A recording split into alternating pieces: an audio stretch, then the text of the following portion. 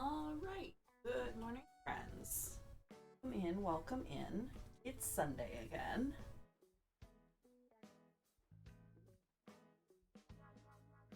And I still have so much blanket to finish. So, we'll be working on blanket. And there is, in fact, a D&D recap today. So, in about 50 minutes, at the top of the hour, we'll get into what happened on yesterday's D&D session. But in the meantime, there is so much yarn. And coffee. Thank goodness for coffee.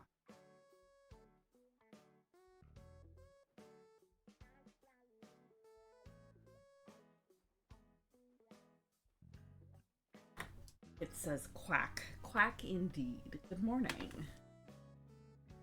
Oh God, okay. There's so much blanket, y'all. So much blanket. But we're actually almost done with the Crest of Sincerity. Just a couple more rows to finish off the point here. And we've made a start on the Crest of Courage. And actually, this row that we're on right now will be the very last one for the Crest of Knowledge. We've got a little bit more, we've got one more row to do here, and then Knowledge will be done.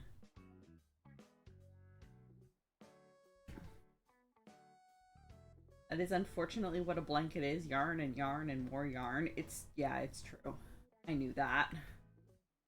I knew that before I ever started.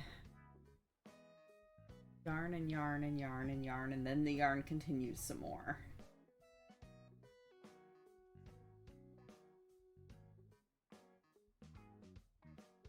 And I did remember to bring my crochet hook upstairs with me this time.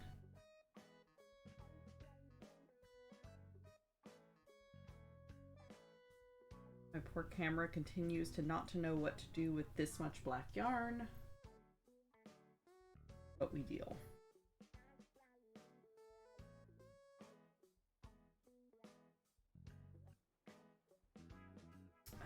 Right. Up chat.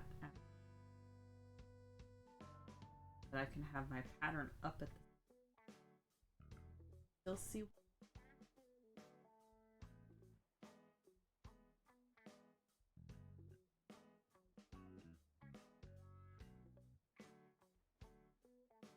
There we go.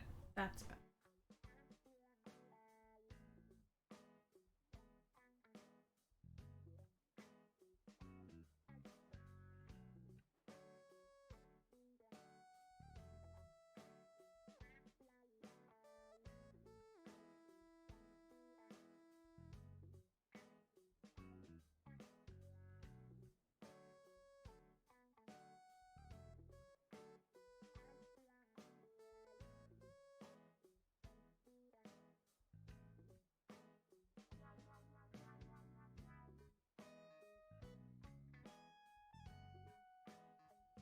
Hopefully everybody's having a nice Sunday so far. Here it is muggy and hot and full of rain. We are supposed to be getting thunderstorms off and on all day. So theoretically there may come a point where we like lose power or something. I don't know how bad the thunderstorms are supposed to get or how quickly. So, you know, if we immediately go offline, just, I guess, vibe for a couple minutes. I will still have my phone, so I'll try to at least get a message in chat of like, oh, hey, we lost power. Because that is a possibility. We're usually okay. But, you know, stuff happens.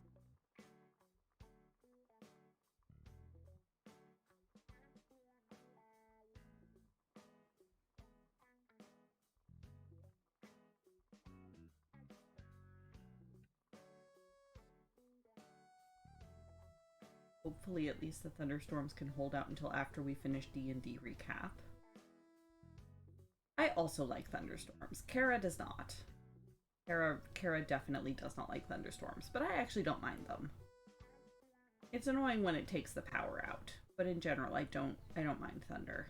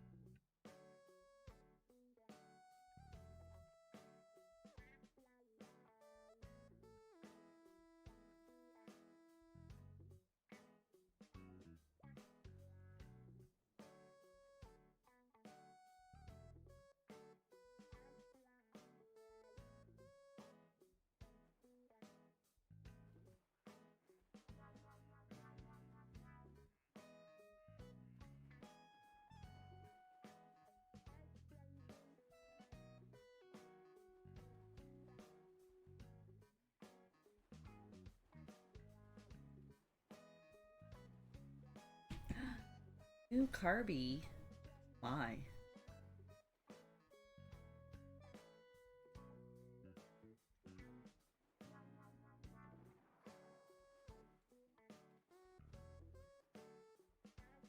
Ooh, Carby, who dis?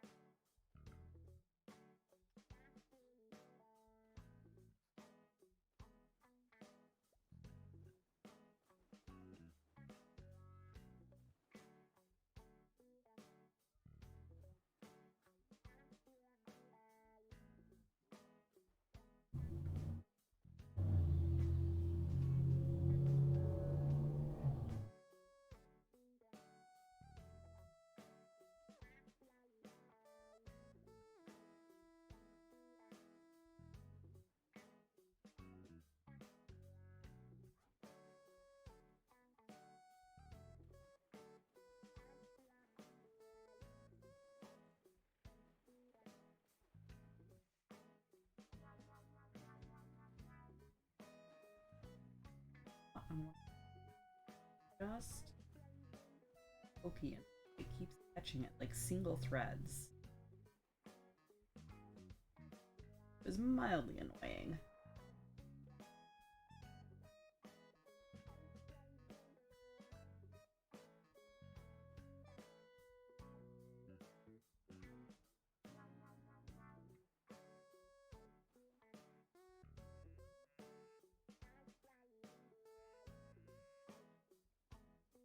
I am currently in the project stage where I'm close enough to the end that like I can see the end in sight, but also realistically it's still like 25 rows and it feels like it's forever away.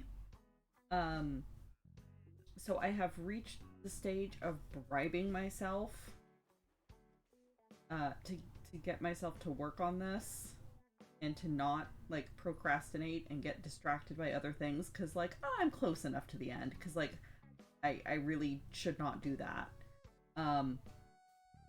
So last week, yeah, the end is in sight, alas I can see quite far. Pretty much, yes.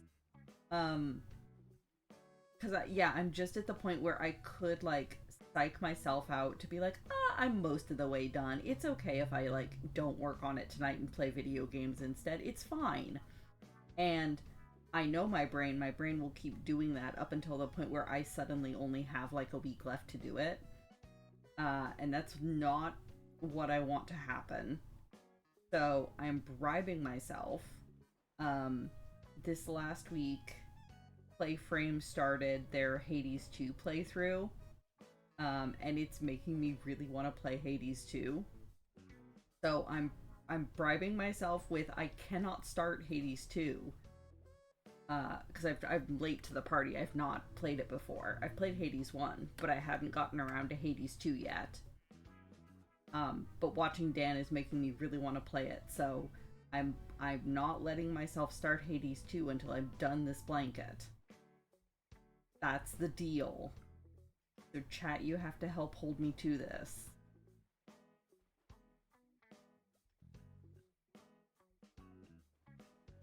Because again, I'm close enough. It shouldn't take me that long, but I cannot be slacking off on this. And stupid brain, it seems to be working. Because in the past couple days, I have been working more on the blanket. Because it's like, oh, but I want to play Hades too.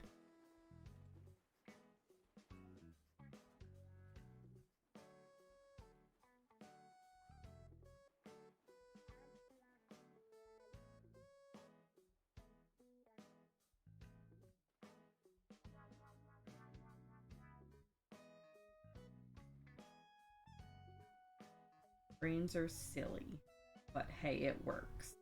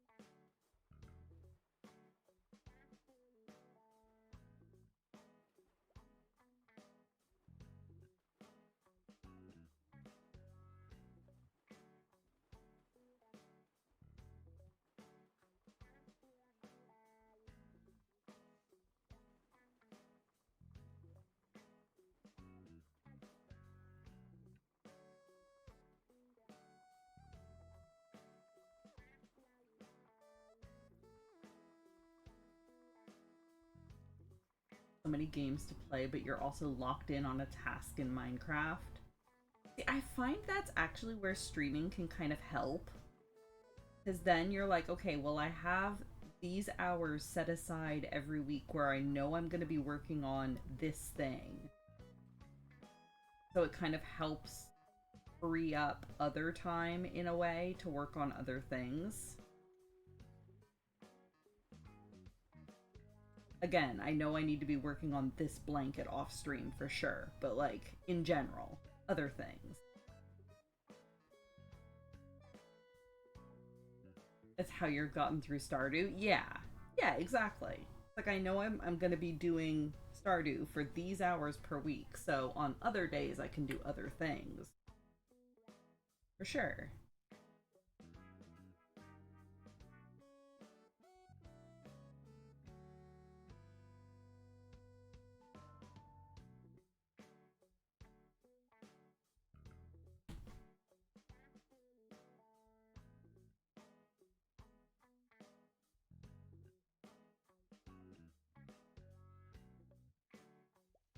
Speaking of Stardew, the randomizer stream this week is probably going to be all Stardew again.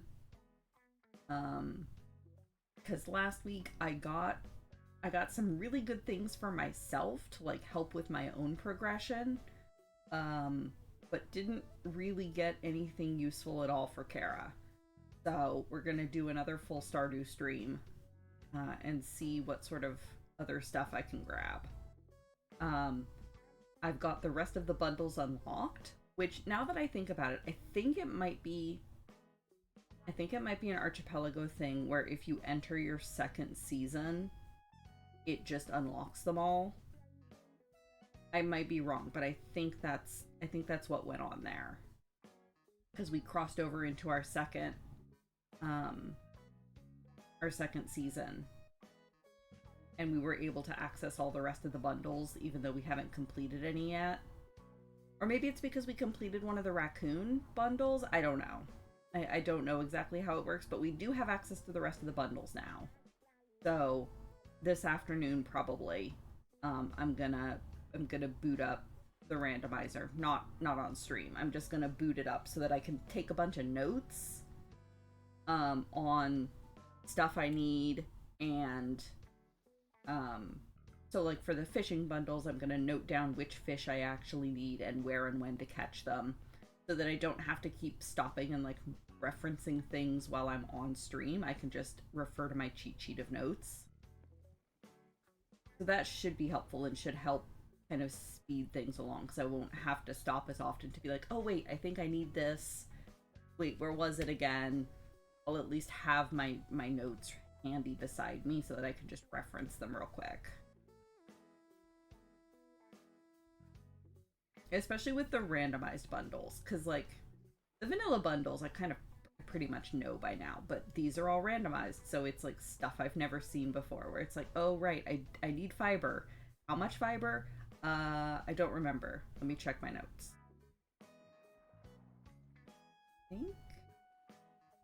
I think that's it. 3, 4, 5. That's it. Excellent.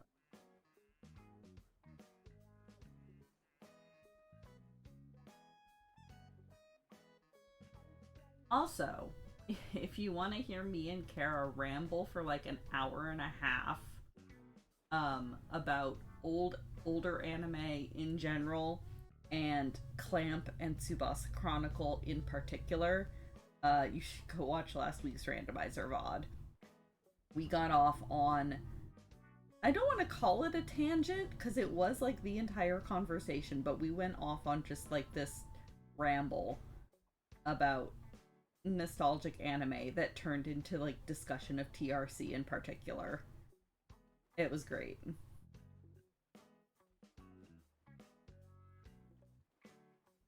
Because, you know, casual reminder for anyone that might not have noticed, my wedding ring is indeed Tsubasa themed. Oh, how well the camera's focusing on it. But my wedding ring is a feather from Tsubasa Chronicle. So, you know, only a little bit of a favorite there.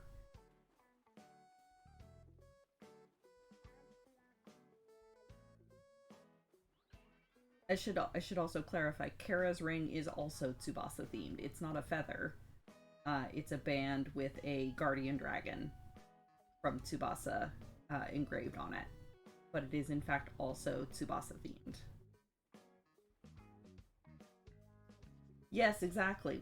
We activate Barris and Kuma activated a Kara special interest node, and we just kind of went off.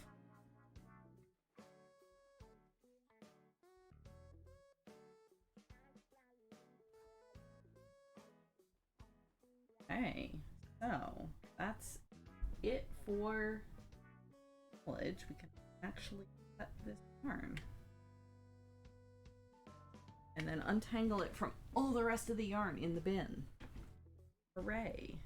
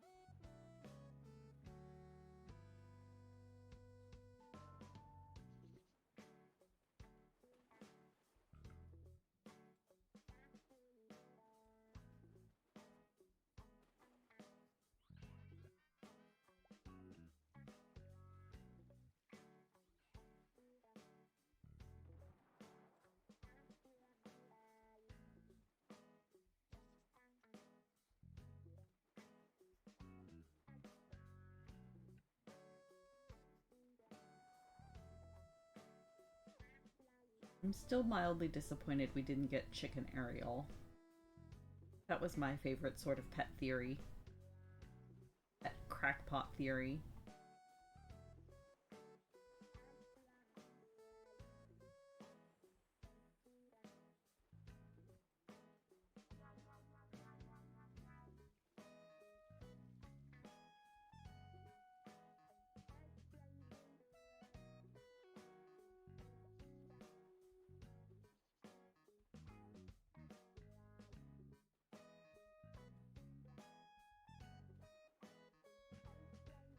There we go. Alright. Another row down.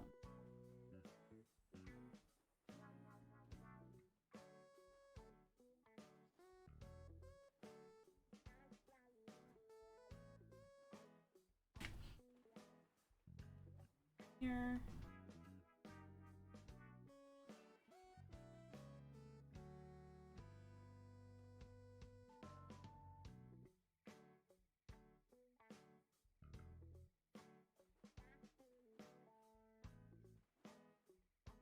Aw, I do remember Freckle Chan.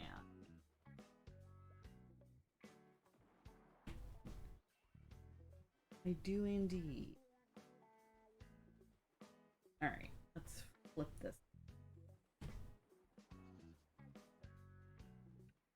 Oh, but there's so much blanket.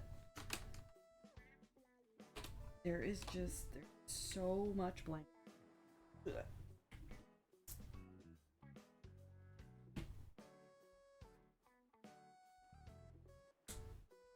There we go. Okay. Everything is fine. You're gonna reread TRC. I mean, fair, valid, yeah. It's been like 15 years. It's probably time for a reread. I could probably also stand to do a reread of it. We were also discussing the need for a Gundam Wing rewatch as adults. Because I watched through the series as a kid, and Kara only ever watched like bits and pieces of it sporadically. And we have it all on DVD, and I feel like all of the like political intrigue and like the stuff that was going on kind of in the background that went over my head when I was a teenager. I feel like I would be really interested, or at least, you know, understand it a lot more watching it as an adult.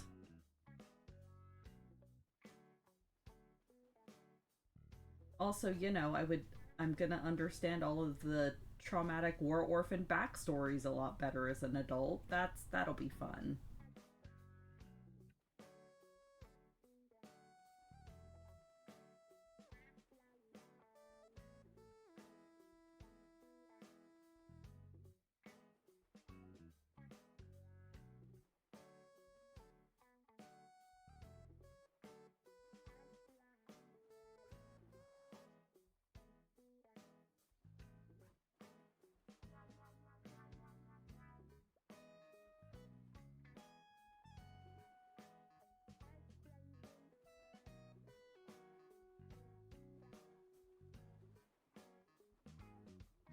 You did a Tsubasa reread like 5 or 6 years ago. Fair. I did not. I don't know that I've actually reread it since it was coming out.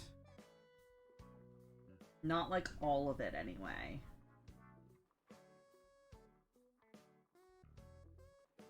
So yeah, I'm really due for a reread.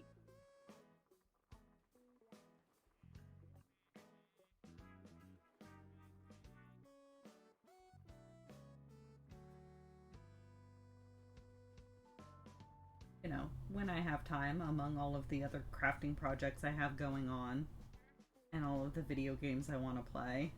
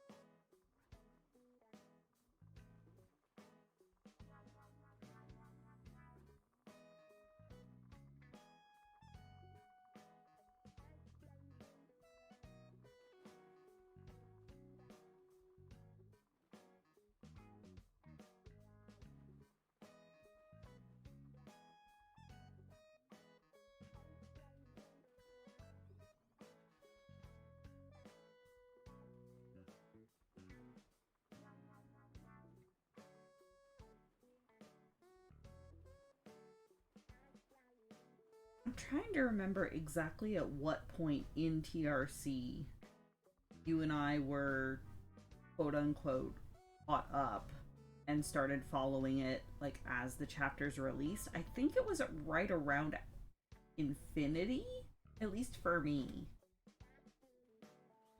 I seem to remember right around Infinity is when I started reading it chapter to chapter. It might have been slightly before that though. I don't remember if I read Acid Tokyo like chapter by chapter or if I read that in a chunk. I can't remember. I think there also might have been a chunk where I was caught up and then fell behind for a while because of like schoolwork and stuff and then got caught up again. That might be what I'm thinking of with like Infinity. Don't remember.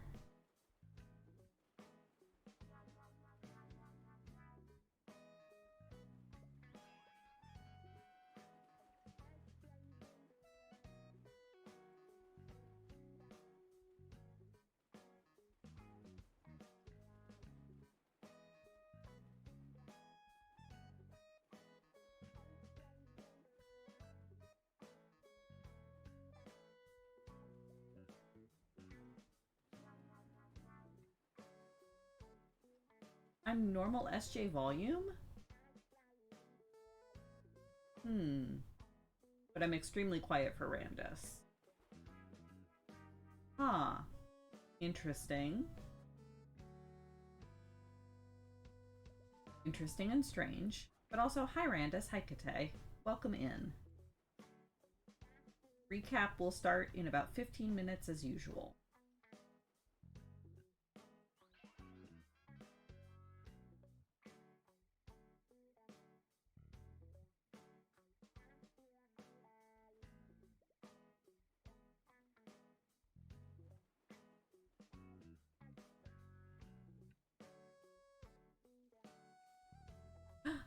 Kite has resubscribed for the 48th month. That is years. That's 4 years. That is indeed a number of years. Thank you.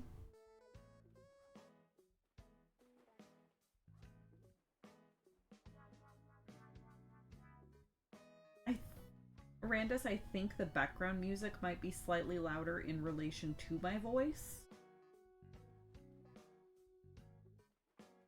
Because I think I left the balance mostly what we were doing for the randomizer. So that might be why I sound quiet to you. Because the background music is slightly louder in comparison.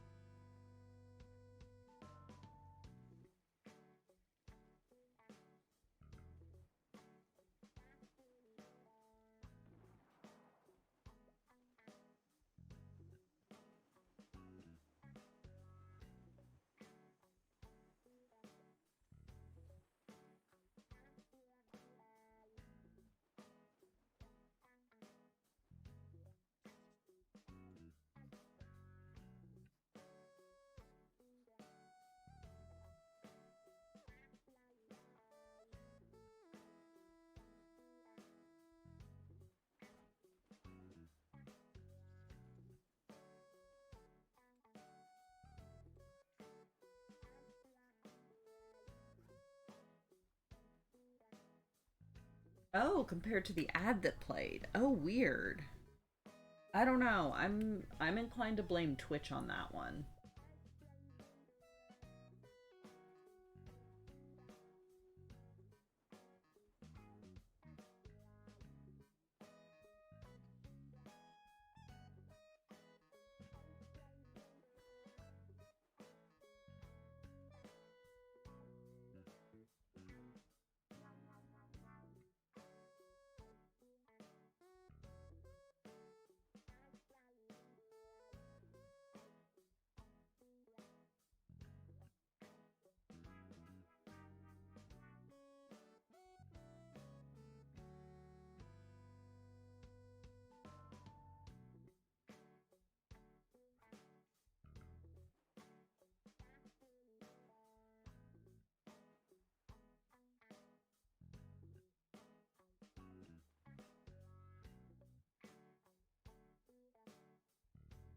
Hello, Elrad.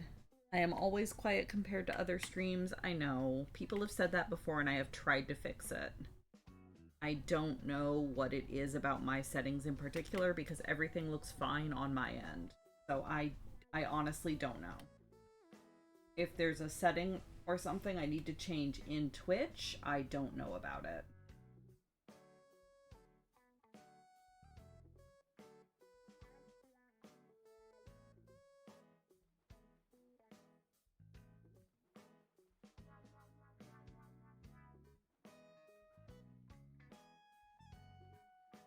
But hello, good time zone to you. I almost said good morning and then I'm like, wait, no.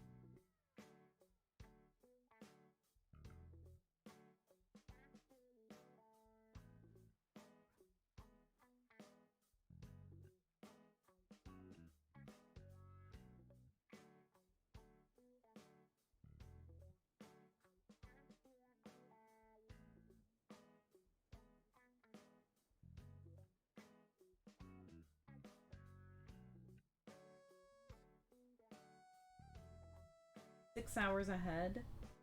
If I'm in the Eastern time zone, I am indeed. There is a temptation to check my OBS. I mean, feel free to have at it. Remind me while you're here and I will let you loose. Because, like, again, I'm in that weird sphere where I, like, grew up with computers and I'm tech savvy enough that, like, I know what drivers are and I know what the device manager does. I even know what the reg keys are. But, like, anything deeper than that, especially when it's, like, audio stuff, I don't know.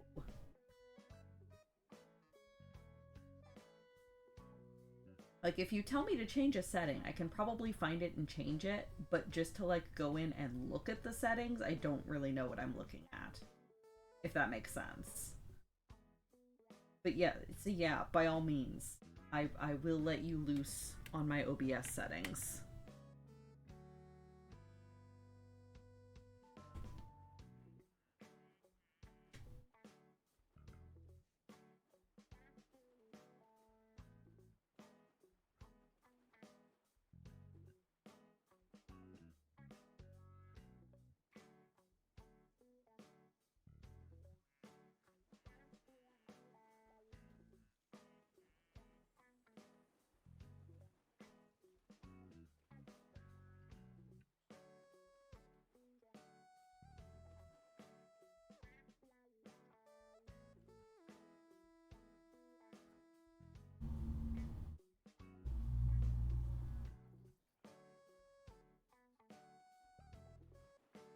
Oh, also, Kite, exciting news.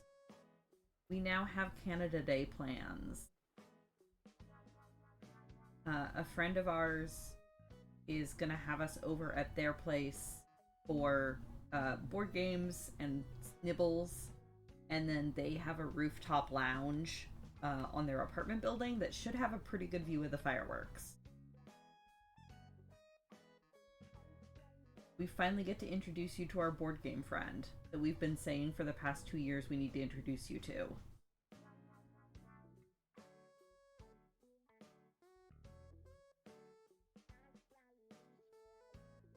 The last time we were over at her place, she was talking about how she was excited she finally got a copy of Terraforming Mars, and we were like, oh, we know exactly who we need to introduce you to. Luckily, they're coming to visit.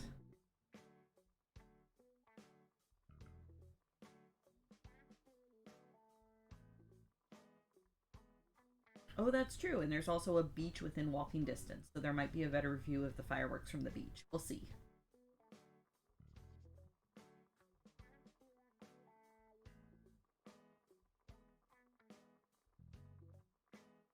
Her place is also within walking distance of some very nice, like, nature trails. So we can, if the weather is not deathly hot, we can take a brief board game break and go for a walk. It'll be great. And I think Em was saying barbecue for dinner? Probably? That does seem like the traditional Canada Day dinner.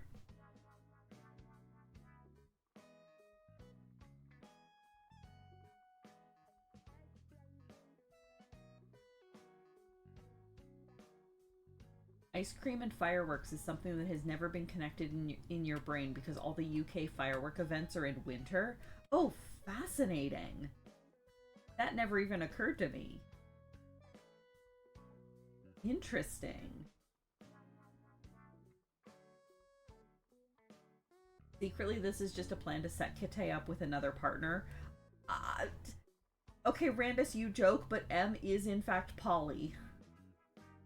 That was a concern that Kara and I expressed. We were like, wait, do we really want to introduce M and Kite?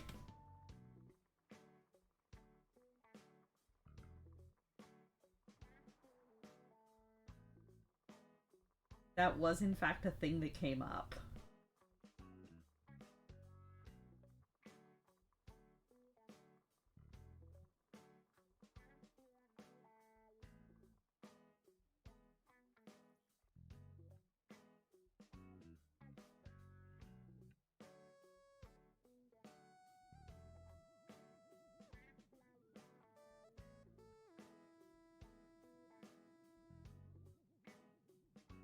Reminder, about 5 minutes to the beginning of the D&D recap. If you need to get up and run to the bathroom or grab a refill on a drink or something, do so now.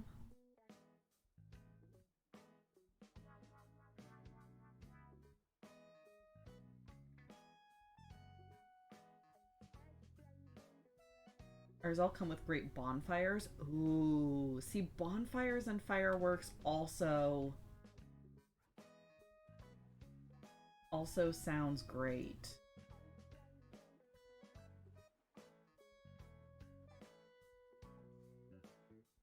I do feel like we need more bonfire events in North America, but also we have higher wildfire risks generally, so...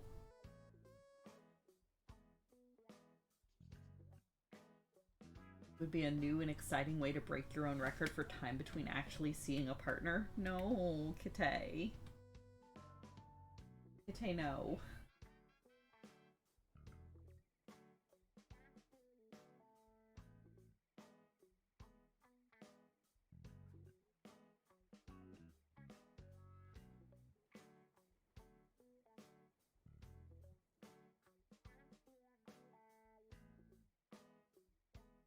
The trick is to put them in November when it's been raining for a few weeks.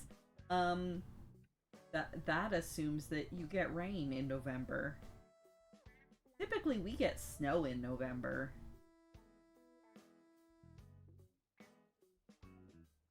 Bonfires are the best. Oh, agreed. Not a bonfire, but one of my favorite things is Jade's parents have a cabin on a lakeside. And typically in the late summer or fall, we'll go out and spend a weekend at their cabin and just sit on the lake shore and have like a really good campfire going. Oh, so good.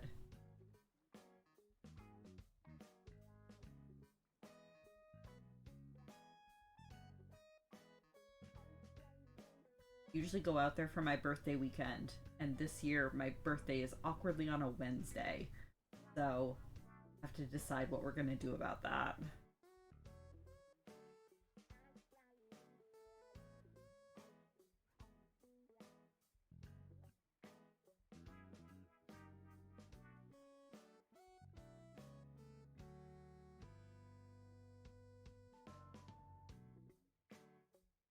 Go out for 2 weekends in a row? You know, that's not a bad idea.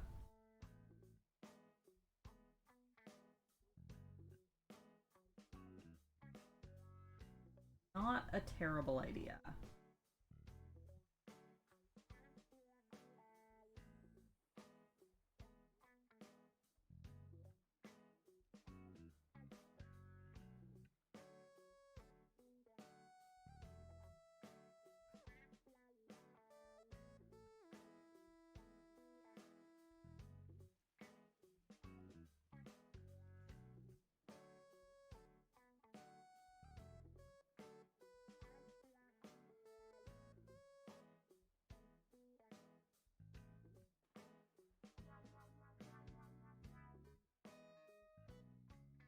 Yeah, that is the one downside of is that going to Jade's parents' cabin means socializing with Jade's parents.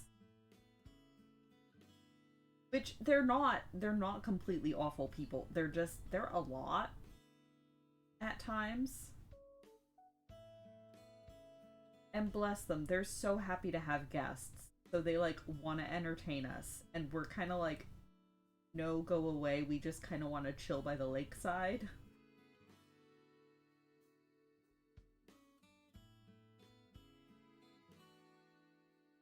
They're pretty good though. We've been out there enough times now that they kind of just let us do our own thing. For the most part.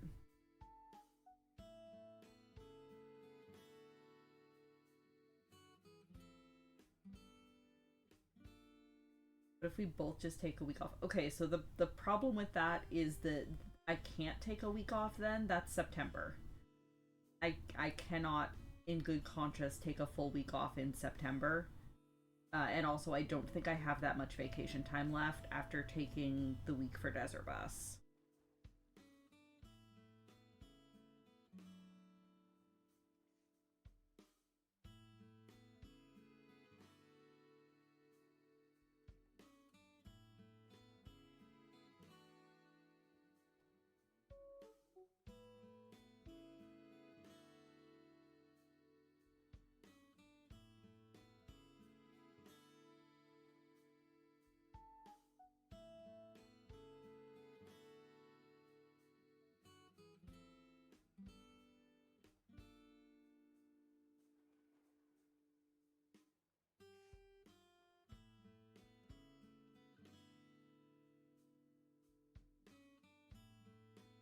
Desert Bus and Moving House have both cast a long shadow on your leave allowance this year. Yup.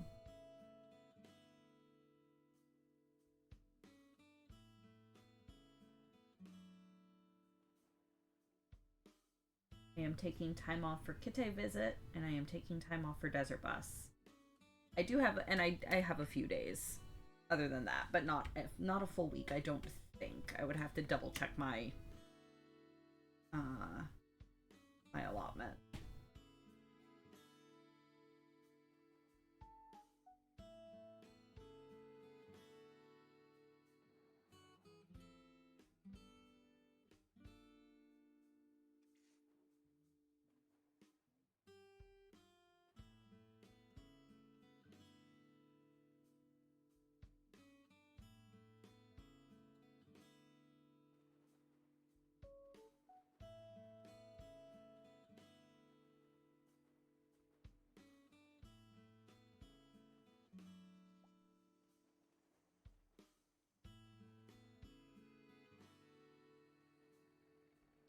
Listen, everyone, I currently have, I think I get, I know I started this job with 2 weeks guaranteed, and at a certain point I step up to 3 weeks, and then I think at a certain point, if I stay in the same job long enough, I step up to 4 weeks. I don't exactly remember when those step ups happen. I think I'm currently at 3 weeks. I think. The problem is that our vacation does the thing in, like, when I go to check it in the system, it does the thing where it's like, oh yes, I get 3 weeks a year, but it accrues like a certain number of hours per paycheck. So at any given time, I can go in and check what my current, like, saved up vacation time is, and it'll say like X number of hours. And then I have to like try to mentally convert that into, okay, how many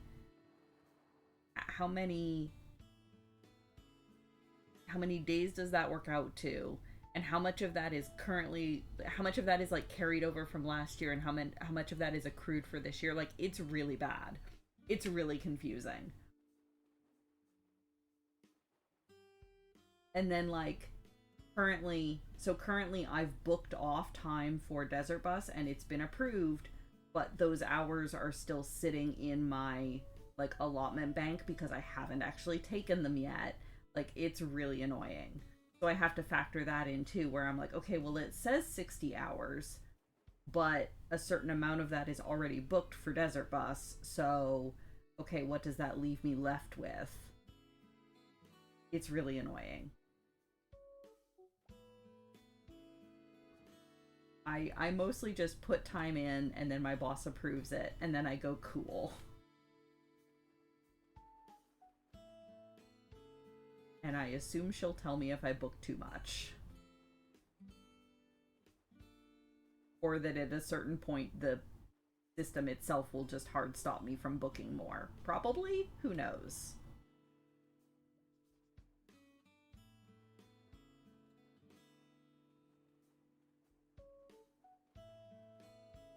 But anyway, last time on D&D, we fought a dragon and we won. So the dragon got punched to death by Light and then immediately fell on top of Bram and Light. And also did like a psychic scream thing that also knocked out Basil. But everyone's fine. We got everybody awake and out from under the dragon corpse. And we're fine. Hooray. Final Fantasy victory fanfare plays. So at the start of this session, Glint went over and retrieved a dragon tooth from the white dragon, because as a reminder, her current request from her warlock patron is that she wants 5 different colors of dragon teeth. So we're currently at 3. Glint has managed to retrieve teeth from the blue dragon, the green dragon, and now the white dragon that we have fought. I'm still curious to know if a kobold tooth would count. If she can just start knocking out random kobolds, but that's a thought for another day. So she has now retrieved her white dragon tooth. So then the other thing that we need to deal with is this Chartolin circlet that Cryovane was in possession of. It has been causing so many problems, and we need to secure and try to make sure it doesn't fall into the wrong hands again. And she was wearing it as like a ring on one of her claw talons things. So we need to try to figure out how we're going to retrieve this thing. We know that back in Phandalin, Darren has kind of a vault that he's been using to store sort of dangerous things to keep them safe and away from prying eyes.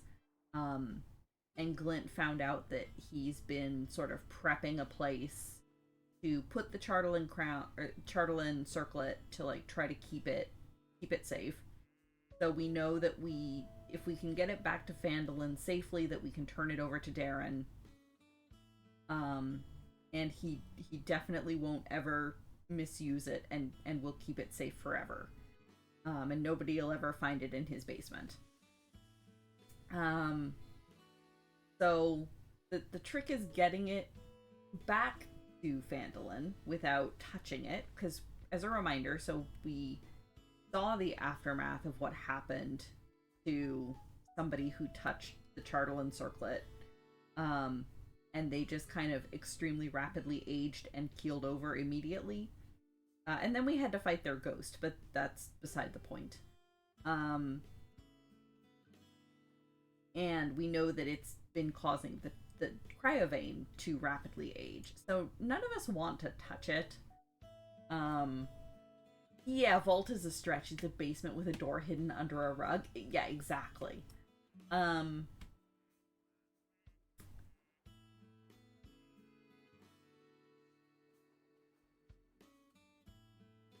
Yeah, that's kind of how ours works too, Randus. It technically accrues over the year. We are allowed to take the time before it's been earned. Yeah, it's complicated. And the way that it's displayed on our, like, employee information site is not good. But yeah, anyway. So, none of us kind of want to touch it, even with, like, gloves or cloth or something. It seems like a bad idea. So, after a little bit of debate, kind of back and forth about weight limits and strength scores and how we could finagle this thing, because the problem is, because Cryovane has attuned to this and is wearing it like a ring, it's like really snugly fit around her talon. It's like, it's not like it's loose enough that we could just kind of nudge it off. Like it's on her talon. But eventually we realize, or we determine that using Phalar's Bigsby's hand, we can just kind of rip it off. The hand is in fact strong enough that it can just kind of, you know, work it off the talon and then eventually pull it off. So now we have it off the dragon finger. Up there.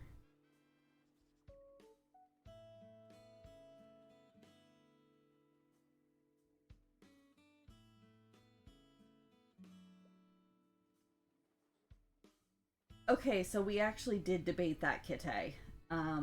Cutting off the dragon's talon and just carrying it that way. It's too big to kind of transport it that way. It would be extremely heavy. And hard to avoid touching the circlet while doing so. You brought me the mascot? Of what? That. Oh. She will not stay now that you've brought her, but that's okay. Hello, baby. Maybe she will. Hi. Oh, big purrs. Hi. Yes, complaints on the way up the stairs, but she is happy.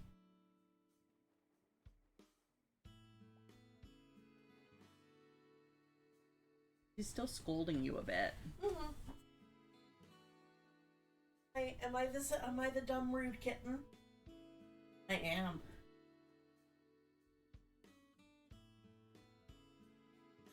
Down? Pull down here. It's okay. No, stay here. Stay with me. Cat loves you.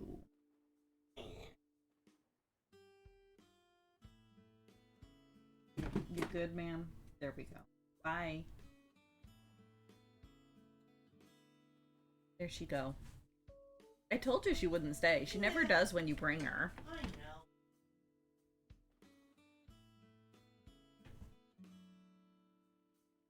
So much blanket.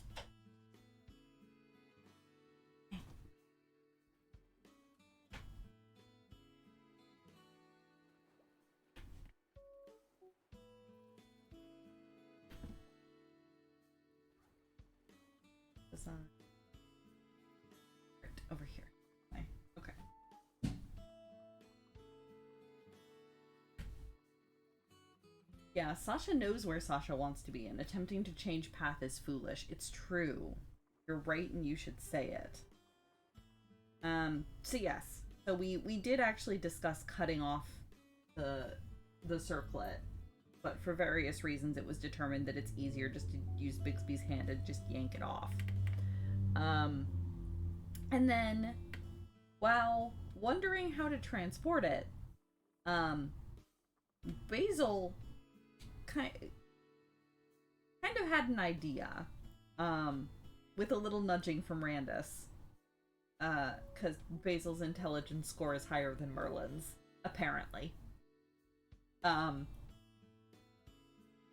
you know, as we were debating various ways to, like, try to bundle it up and carry it without touching it,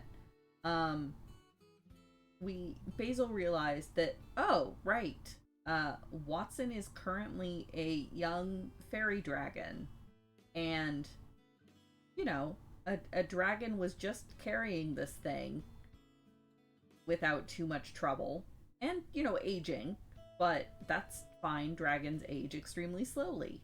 So, Basil has Watson go over and, you know, first grab the crown to, like, move it inside, but then has Watson attune to the crown, because when you attune to it, it sizes to fit you.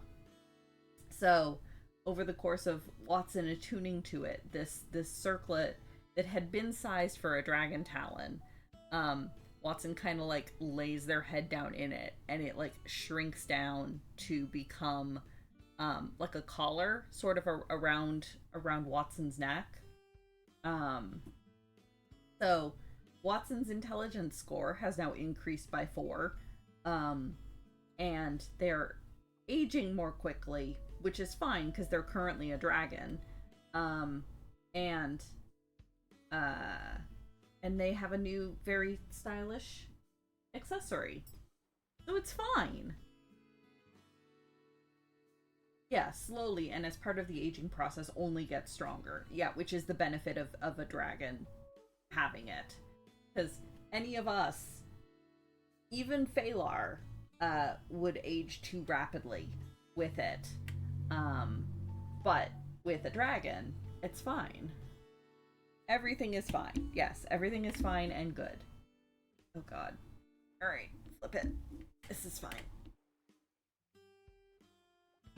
Yay.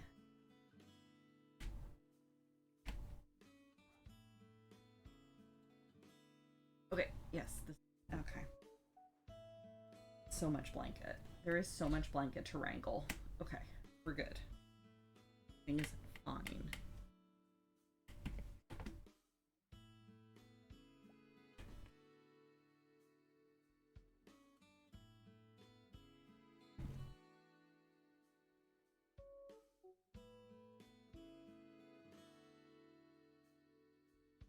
Yeah, Phalar could probably wear it for about a week. If we hadn't had Watson with us, that might have been the solution, to have Phalar put it on just enough to get us back to Phandalin.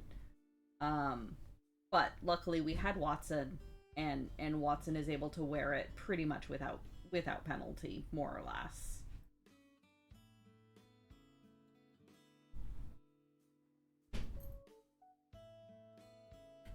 Watson is now second with 16 int. Yes. Well, no, third. Because Mint. But yes, Watson has now gone up to 16. Oh, the same is true for the other elves. Okay, so Basil and Erendiau would have also been potential. Okay. So it was basically just the mortals. It was just Bram and Glint and Light that could not, should not.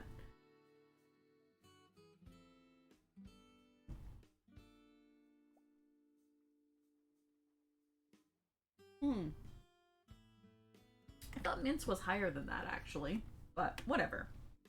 Neither here nor there. So yes. So we all kind of move ourselves back inside into the treasure vault room. And decide, okay,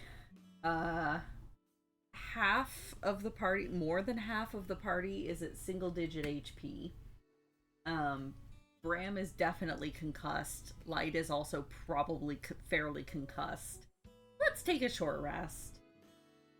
Oh yeah, that's true. We also determined that Mint could have like slurped up the circlet and also carried it for us, which would have been kind of funny, because I'm just picturing that where like we have Mint the slime and then the skull inside it is what's wearing the circlet, which would have been very funny.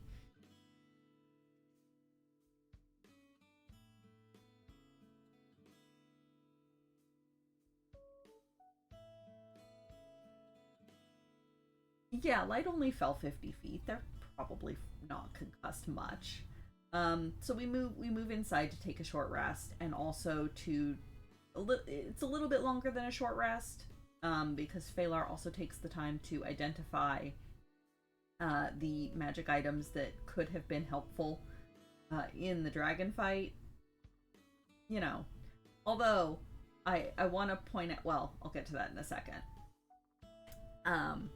So Phalar casts Identify on the orb and the Warhammer, and also the axe that we found. Let me look at the list again. I do have the list.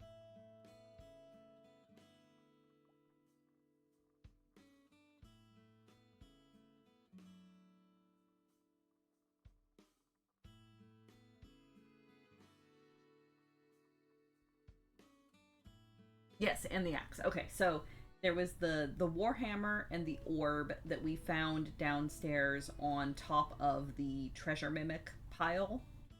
And then there's also this nifty axe that's up in this upper treasure room that was, so as a reminder, in the middle of this treasure room there's a throne, which is a really cool looking throne that looks like it was made out of like branching coral, kind of crafted together. And sitting on this chair is the remains of an orc. The orc has been, bitten in half by probably a dragon. I don't know, maybe a dragon. But sort of sitting horizontal across this orc's lap is an axe. And it looks like the description that Marcella gave Basil for the axe that she was looking for. So Phalar goes ahead and casts Identify on that as well. And turns out that yes, indeed, this is the axe that Marcella was looking for. It's only a little bit cursed. So Basil has taken possession of that and is going to carry it around, not attuned. until he either runs into Marcella again or runs into the contact that Marcella told him about, to give the axe back to. The other two things, so the orb is a spellcasting focus, as we might have guessed. And it allows the user to teleport every time they use a spell slot, even if the spell that they're casting is not a teleportation spell. It allows them to teleport up to 50 feet. So basically a free Misty Step-ish. And it also gives them access to two other spells, Psychic Lance and Telepathic Bond. And it also does something else. Hang on. Processing. It does something else. Yes, and advantage on initiative checks. Thank you. So that... There was a little bit of debate about whether that was going to go to Glint or to Basil, because either of them probably could have made very good use of it. But it ended up going to Glint, both for the advantage on the initiative and also to give her extra teleport pinging power. And also, so Glint already has Psychic Lance, but getting it for free from the orb would allow her to then move, like, to pick something else from her spell list, essentially.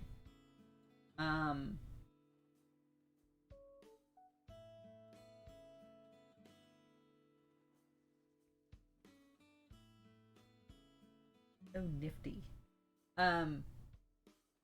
So yeah, so the spellcasting focus went to Glint, and since Basil does in fact have a free attunement slot, and Glint does not, in order to attune to the focus, Glint unattuned from her periaptive wound closure, and passed that off to Basil. So Basil will be able to take advantage of that, considering that Basil seems to be on the front lines of fighting a lot more than Glint these days, especially now that Glint has even more teleport pinging power. So that trade was made. And then the Warhammer is a very good Warhammer. It is a +2 Warhammer. It does... Hang on. Let me pull up the page for it, because it does a lot of things.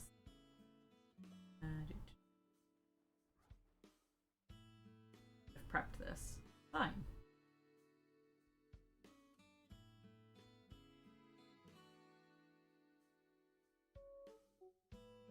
See how long it's going to take D&D Beyond. There we go.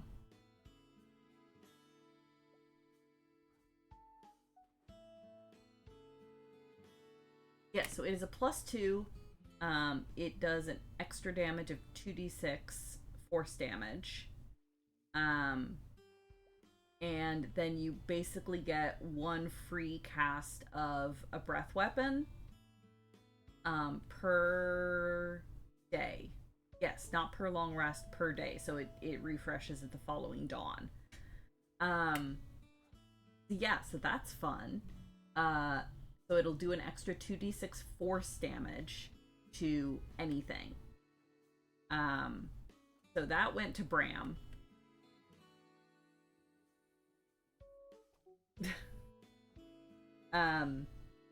Yeah, so that went to Bram, and Bram unattuned from Talon in order to be able to attune to this. Because, again, Talon is great. Talon does extra damage to orcs and ogres. But the Warhammer does extra damage to anything. So yeah, so that's fun. And more extra damage, too. So that's great.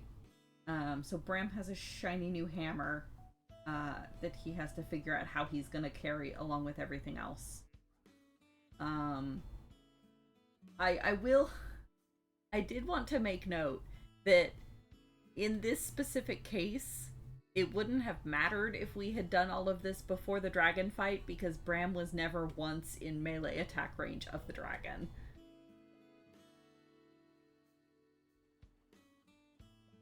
Oh yes, that's true, and also a small AoE on crits. That's right, that's the other thing that it does. So if I manage to crit with the Warhammer, it does a little bit of AoE damage to any other enemies that are within 5 feet.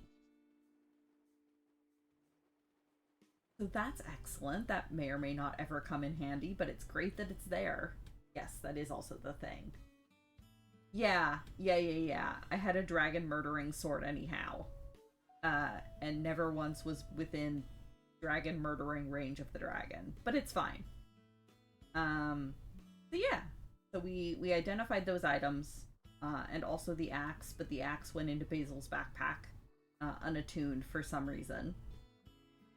And then while we were taking the short rest, while Bram and Basil and Glint were attuning to their new items, Glint was also like kind of wandering around, just sort of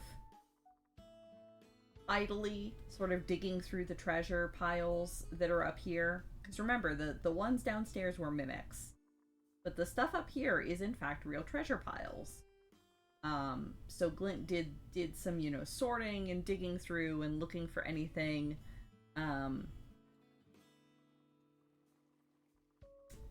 looking through anything interesting or useful or whatever.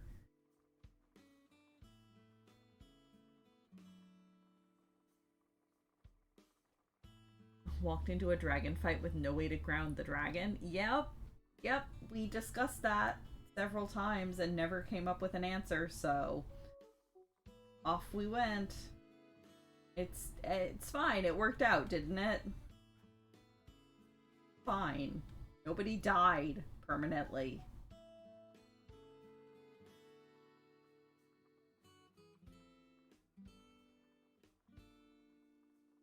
But yeah, so Glint spent her short rest sort of sorting through the piles, and turns out that there's about 30,000 gold worth of treasure in that treasure hoard. A lot of it is like coins and gems, but there's also, bits of statue and little figurines and works of art and, basically any kind of shiny, valuable, interesting thing you can imagine.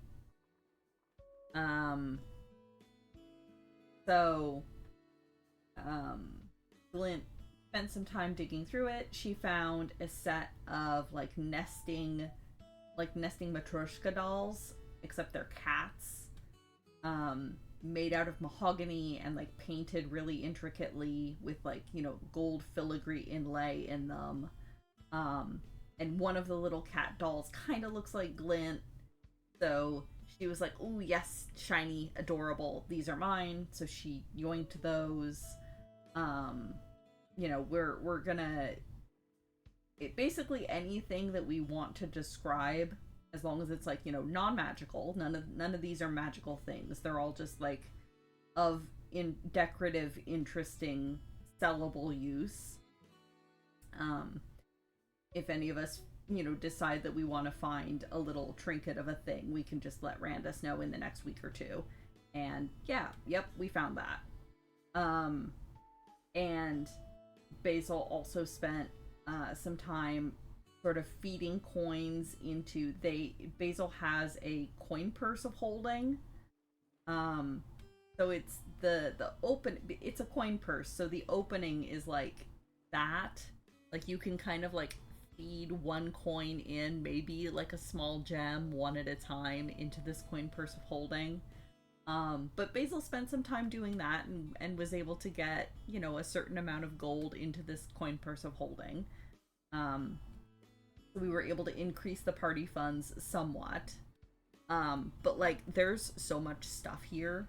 We would have to bring a moving crew essentially to be able to move any significant amount of this, and it would take hours. So there's potential that maybe once we get back to Phandalin, we see if anyone wants to come back up here and retrieve some amount of this for the use of the town. But it's also incredibly likely that it'll get looted pretty fast. anything that we don't take with us. But, you know, we can only carry a certain amount, so there's not, we don't have a proper bag of holding. We just have the little coin purse of holding. So there is somewhat of a limit on how much we can take with us.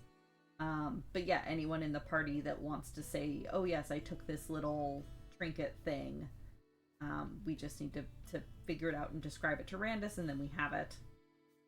And we can say we found it and took it with us.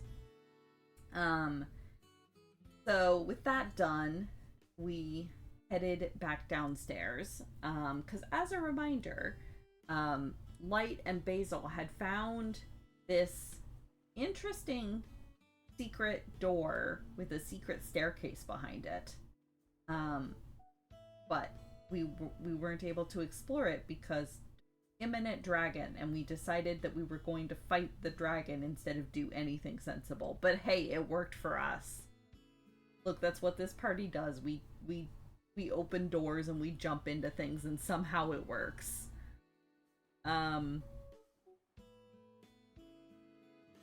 If there are any fancy clothes in the pile, Glint definitely took any fancy buttons off them. Oh my god, I love that. That's amazing. Yeah, we open doors and jump into things, except when we don't open doors. Yes, 100% Kite. You have nailed our party composition. So yeah, so we reopen the secret passage, and head downstairs to see what we can find. And it leads us down into a like small-ish room, large enough for the entire party to stand in it, but not much larger than that. And there are 3 doors, sort of stone archways with like wooden, you know, the typical heavy wooden doors. One each in the east and west walls, and one in the south wall. And each of them across the top of the door has the word crypts carved into it in like really bold, like, you know, solid uppercase letters. So hey, we found crypts. But there's nothing immediate, like it feels, it's cold down here for starters, because again, we're down in the mountain. And we can tell that this chamber it wasn't so much built as it was dug and carved. Like we're actually down in the mountain now, rather than like stuff being built on top of it. This was actually carved out of the rock. So it's colder in here. There's kind of frost across all the stone. All the doors are still closed and look secure. It doesn't look like there's been any, you know, orc activity down here or anything. So Bram heads down straight across the room to the south door, and pushes that one open. It's not locked, not trapped, luckily. It swings open, and peering inside, Bram can see what looks like 5 stone like caskets that are kind of arranged.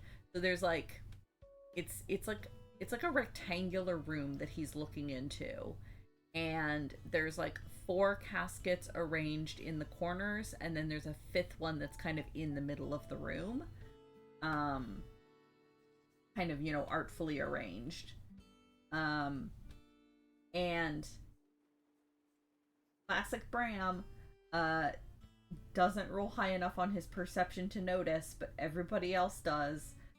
When he opens the door and kind of peers in, there's this like cold draft that like blows out of the door, like, and it's cold, so it's like sticking low to the ground and like swirling around people's legs.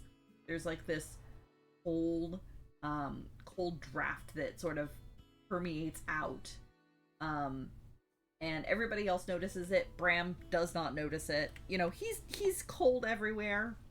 His the horsey fur on his legs is not long enough to get ruffled by the draft, so he just like it just doesn't click for him.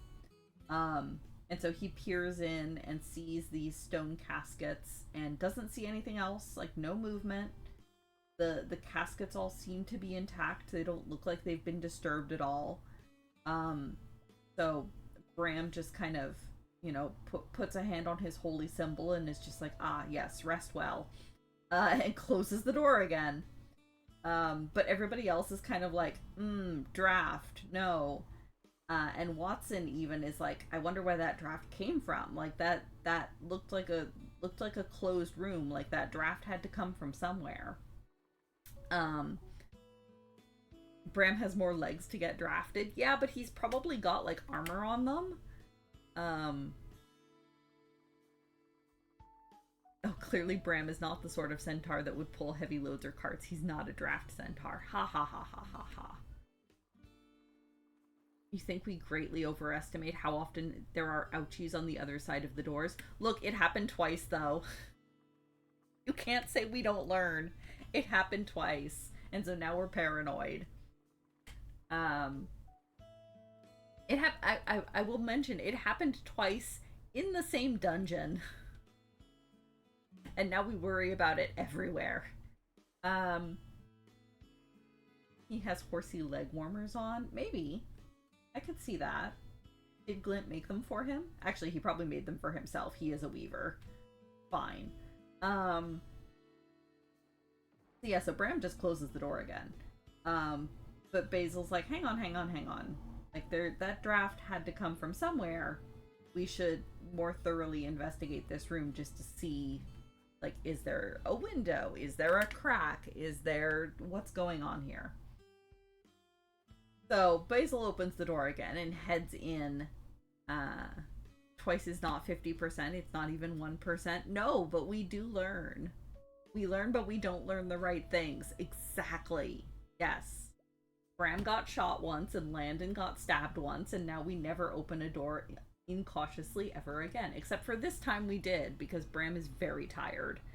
It has been a long day. He has been unconscious multiple times and had a dragon dropped on him. He is very tired. Oh, I will also note that for all of this, Light has just kind of like flopped themselves like face down across Bram's back and is just being carried around by Bram because Light is also extremely tired after everything today. And occasionally Bram is just kind of reaching back and like patting them or like scritching them behind the ears a little bit. So yes, please imagine that for this entire session, Light is just like flopped across Bram's back. And I will also note that on the way back down from the treasure vault, I forgot about this. On the way back down from the treasure vault, Bram successfully did not fall down the spiral staircase with Light on his back. It's fine. Everything is fine. So yes, Bram did in fact not fall down the spiral stairs this time. So Basil reopens the crypt door and goes inside to sort of take a look around. And he notices a few things immediately that Bram's quick glance didn't reveal. First off, none of these caskets are actually sealed. So they were built here, but then like there's no bodies in them. They were never actually used. And furthermore, the one casket that's set up sort of in the middle of the room has some carvings on top of it. So Basil goes over to take a closer look at those, and they can't fully read what it says. It's not a language that they know, but thanks to like their language skill things, they can kind of make out the gist of it. And he can kind of tell that the gist of what's carved on the top of this casket is basically escape plan.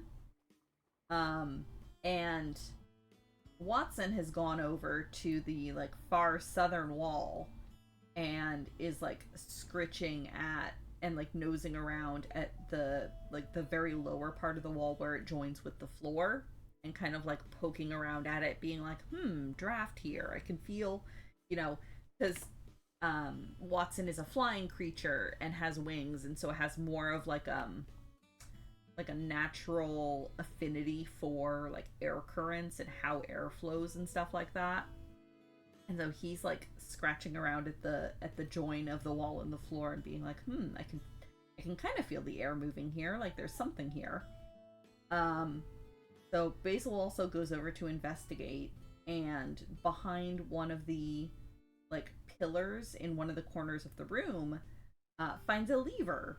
And when he pulls the lever, the wall just like opens up, and we can actually like look out and see the sunset, like this gorgeous pink sunset over the mountain range. And yeah, so interesting. So escape plan. Well, here's a secret door that opens up directly onto the mountainside. And so Basil goes back over to kind of examine this casket that has the carvings on it, and he can tell that there's no body in it. It's never been properly sealed. So he kind of calls out and is like, hey Bram, can you come help me with this? Like, I'm not strong enough to get it open on my own. And Bram's like, yeah, sure, because, Bram doesn't want to disturb bodies, but, if it's not bodies and it's other stuff, that's fine. Like, clearly there's nobody here to make use of it anymore, so might as well figure out what it is and if it's useful to us. So he comes over to help Basil open up this casket. Rather than, like, shoving the lid off completely onto the floor or whatever, he basically just, like, pivots it so that it's still on top of the casket and we can close it up again later, but we'll be able to, like, look in and see what the heck is inside. My pattern. Okay. And as Basil and Bram sort of pivot this casket open and peer inside, they're seeing like links of wood and, maybe a few like leather fastening straps, and some of the pieces of wood have like pieces of metal that are attached to them and like bolted into them. And, there's like some curved metal pieces and lots of long straight pieces of wood. Yeah, Bram doesn't want to be a grave robber, but is always up for grave repurposing. Like, that's how it is. Like, he does have respect for the dead and wants to be able to let the dead rest if possible. But at the same time, he's also pragmatic enough to be like, okay, but we're still alive, and we're, hoping our goal is to help people. And if the stuff in these graves can help us help people, it's not doing any good to the people that are dead. So, does that make sense? If he can let the dead rest, he wants to be able to let the dead rest. But if disturbing the dead will help him to help other people that are still alive, he's gonna do that. Yeah. He doesn't want to disturb a grave for no reason. But if there is a good reason, then he can be convinced. Yeah. So there's all these links of like wood and weird metal pieces inside this empty, well, not empty, but inside this bodiless casket. And Bram and Basil have both done enough traveling that as they're kind of peering at this, trying to like make heads or tails of like, what the heck? It kind of dawns on both of them that what they're looking at is the disassembled pieces of a toboggan, possibly a couple toboggans, that have been kind of stacked up in this casket and can easily be like grabbed and reassembled, and then whoever is doing the reassembling can then, escape out that door down the side of the mountain on their new toboggan. So that's entertaining. And Basil kind of makes the connection of like, hang on, if there was an escape plan down here, like clearly this was prepared by probably, you know, whatever lord of this fortress, to be able to, you know, take it and escape down the side of the mountain. Why didn't they do that? Like, why did they? Because we found upstairs in the room that had this secret passage in it, we found the warlord, presumably of this castle, dead by her own hand. She had drank poison. And it's like, wait a minute, why do that if you had this escape plan already prepared? And turns out, through a little bit further deduction, that warlord that we found upstairs was probably not the original owner of this castle. This escape plan probably belonged to somebody prior, maybe the original builders, and they never got the chance to use the escape plan. And whoever was planned to be buried in these caskets, basically, by the time they died, there was nobody left to inter them here. So possibly, you know, this castle was built by whomever. This escape plan was set up. These caskets were set up. But then they were overthrown by the warlord that we found upstairs. She didn't know this stuff was down here. So then when the orcs started invading her, we could kind of tell, because there were journals and stuff that Basil found upstairs, that essentially when the orcs started closing in, her own men turned on her. And that's why she chose to die by poison rather than like staying and fighting to the end, because she didn't really have anything to fight for anymore because her own men had kind of mutinied.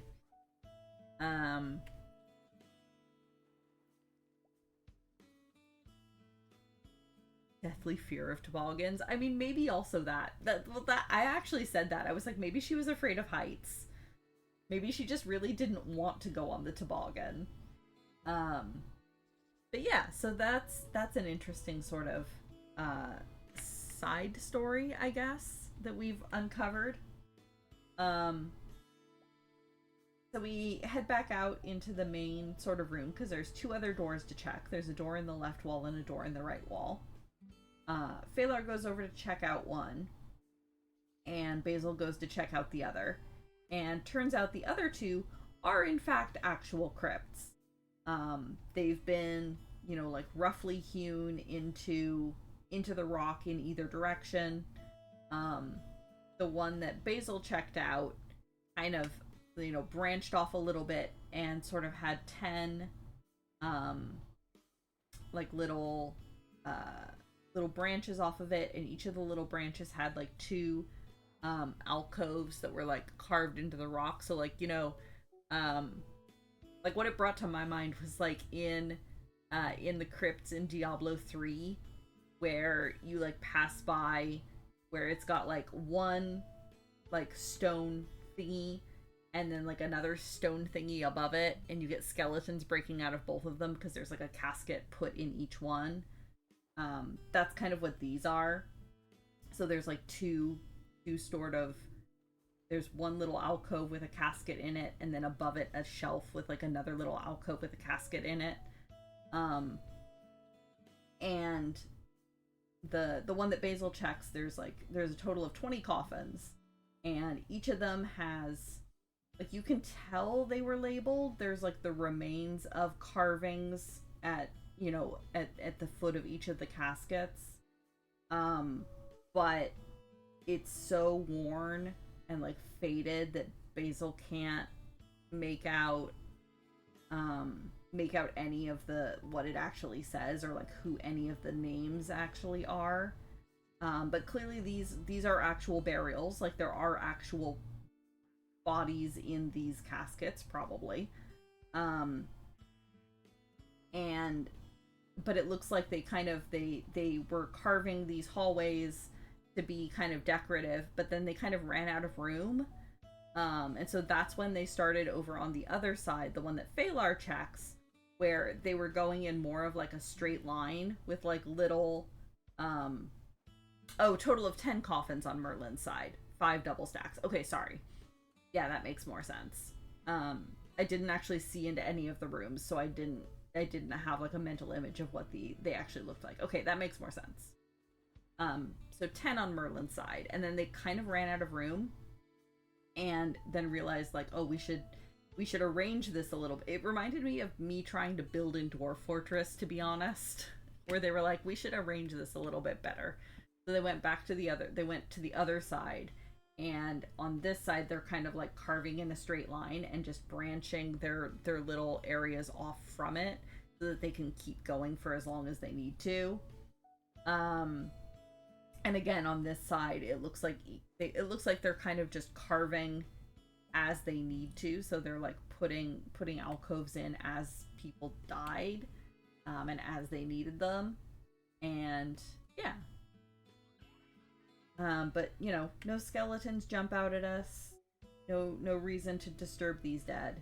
So we just kind of close the doors back up and head back upstairs. And I think this is the point where I stepped away, because my niece turned 2 yesterday, so I promised I would call during her birthday party and say hello. So I stepped away to do that. So my understanding of the last little bit of session is we went back across the little causeway bridge and headed back over into the gatehouse area, to let the Stone Cold Reavers know that, yep, the dragon is dead. Hey, there's a lot of loot over there. Go ham, I guess. Because I mean, unless they have a bag of holding, there's going to be a limit to what they can carry too. Although I'm sure they're not going to let that bother them. And the leader, so Silene, the redhead that had been flirting with Phalar previously, did in fact give Phalar her card with an address in a very posh area of Neverwinter, with basically a nudge and a wink of like, yeah, come visit me anytime, big boy, kind of thing. So Phalar has a potential booty call that he can cash in if we're ever back up in Neverwinter again. Oh, we first found some other secret doors, but they only went to the parapets. Ooh, and we took the secret door key with us. Okay, that's good. Probably. They have horses and time to build a sled. That's also true. Maybe they'll find the toboggan. Oh wait, no, we didn't. Did we tell them about this? I don't think we told them about the secret area, because Bram would have been like, no, there's no reason for anyone to go down there. Let the dead rest in peace. There's no reason for them to go down there. So Bram probably would have been against telling them about the secret door. Yeah, we closed the secret door to downstairs, so they can loot the treasure to their heart's content, but there's no reason for them to go downstairs and find the toboggan. That's our little secret for the future, in case we ever need to spontaneously escape from this place again. But also, Bram does not want to be on a toboggan ever. Thank you very much. So yeah, apparently some other secret doors were found. Now somebody just has a random brick in their pack. I'm assuming as just a memento? Souvenir brick. Wonderful. That'll be great if we ever need to throw it at someone. We'll have it on hand. So yeah, so Phalar got a calling card for a potential future booty call. Yes, and then while we were out this far, so a little bit of a recap, because it's been a while since we went over this, I think. Phalar is currently cursed as a were-rat. Merrick is as well, but Merrick is currently back in Phandalin, as far as we know. And Light was also previously cursed as a were-rat, but they have been, their were-rat curse has been transmuted into a blessing question mark of the Raven Queen, due to their little side adventure that happened a while ago. So their Light is not necessarily in need of or in want of a cure anymore. Phalar, however, still is. And we do have a potion that was brewed for us by, I believe her name is Myrna, the alchemist, herbalist, that lives in Phandalin. We were able to get her the ingredients and the money and stuff needed to be able to brew us a potion to cure were-rat-ism. But for it to work, it also requires an active blessing from a god. And we knew, because of prior adventures in this area, that at the Temple of Savras, there's an altar with, like, an active blessing on it, sort of. So basically, whoever this altar at the temple is actively blessed. Oh, thank you, Randus. I will get back to that in a second. Thank you for the reminder, because that is great. And this altar at the Temple of Savras still has an active blessing from, like, it's still actively consecrated. So before, when we were here, I believe it was Bram and Light and possibly Landon. I don't remember who. But a couple people accidentally, like, touched this altar, and the blessing that's on the altar transferred to them briefly and gave them, like, a vision. And that's how we actually found out where Cryovane's lair was, because we got a vision of her, her whole setup up here. So that's why we knew where her lair was and where Icespire Peak was. And we were able to determine that anyone who touches the altar will get this blessing for, like, I think a day or so. But it only works for a person once. So Bram had touched it previously. If he came back and touched the altar again, it wouldn't work again. It only works for each person once. So we knew that was there, and we knew that Phalar had not touched this altar yet, so that was a possibility to get him the divine blessing that was needed to make this were-rat potion work. So, this temple is not that far from Icespire Peak, especially compared to Phandalin. So while we were out this far, we decided, okay, let's go to this temple. We have these potions. Myrna finished them for us. Let's get Phalar cured. Like, we're out this far already. We have all of the things we need. So we headed to the temple. Phalar touched the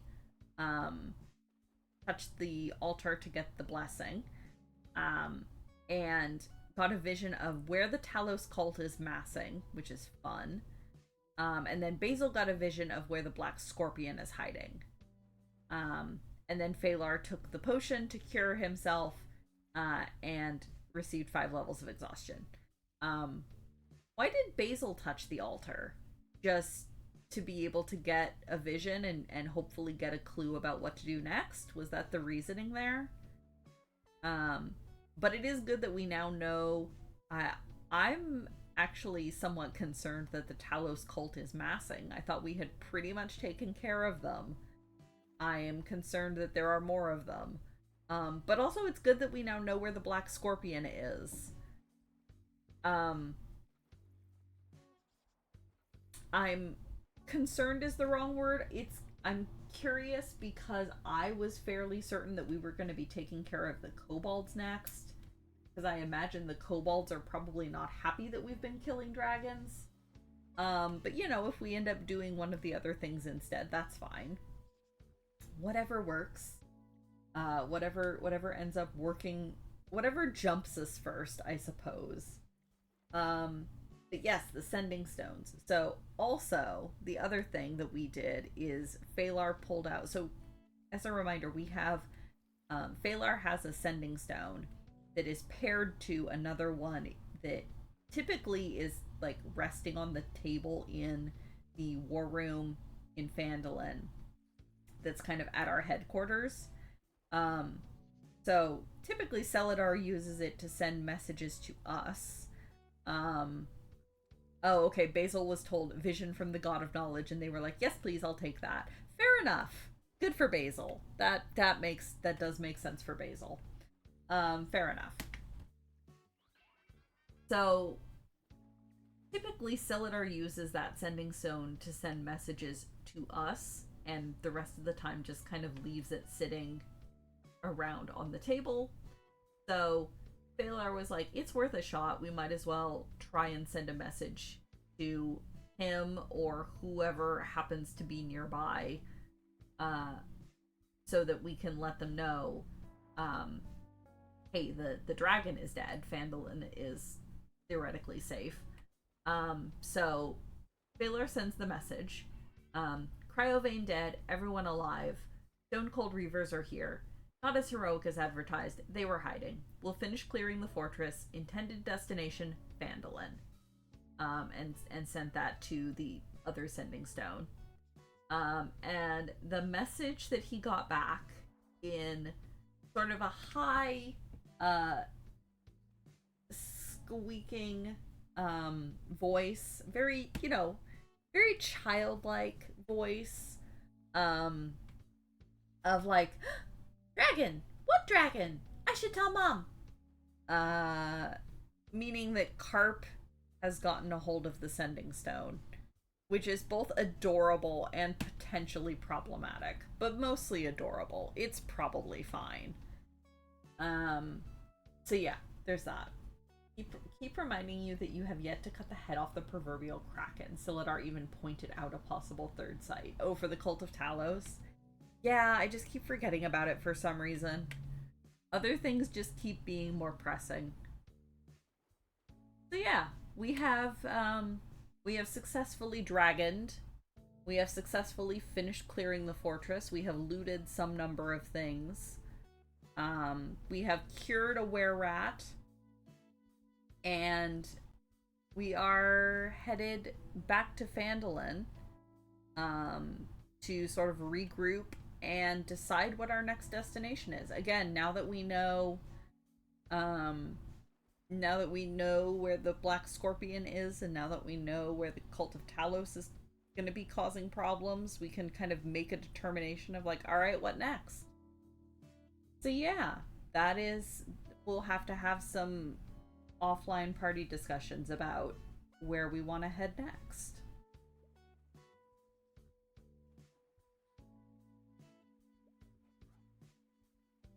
According to the vision, they also failed at the third site. Failed what? Were they attempting to ritual again? That's fun. Maybe I unattuned to Talon too quickly. No, the Warhammer is still better. The Warhammer overall will do more damage even to orcs and ogres than Talon would have. But yeah, so that's where we stand.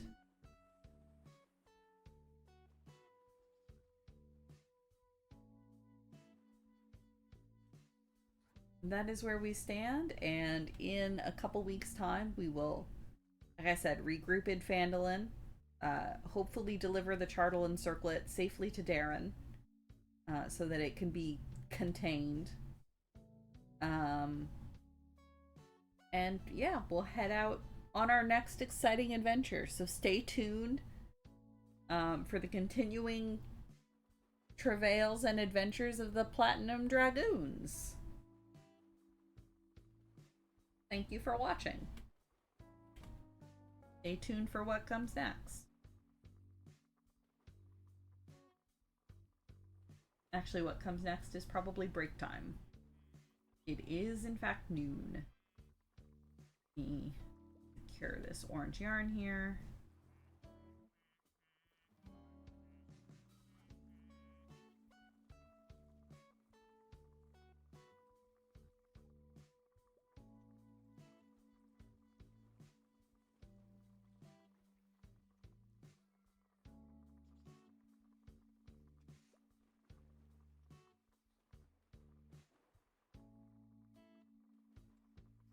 What's the worst that can happen? Literal kraken?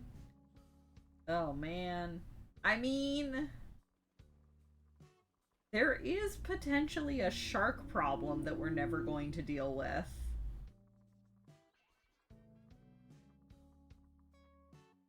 Had forgotten about the shark problem.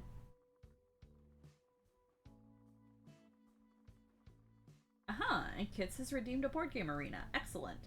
So, I'm going to take a quick break. Everybody get up, stretch, grab refills on your drinks, run to the bathroom, etc. All of the stuff that you need to do. I will be back in just a few minutes with some board game arena. This time now with more boards. So yeah, everybody get up and stretch, but don't go too far. We'll be back in just a few minutes. Yeah.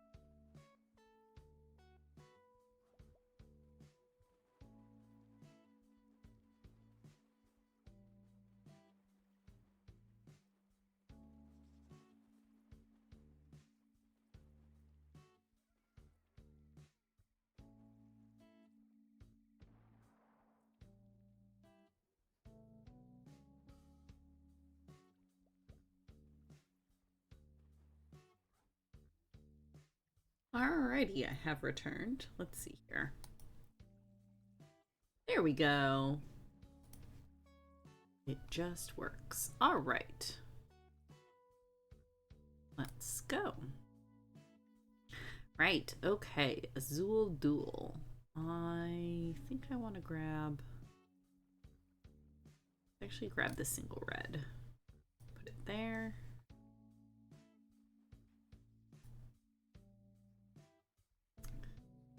Okay, Koi Koi. I want...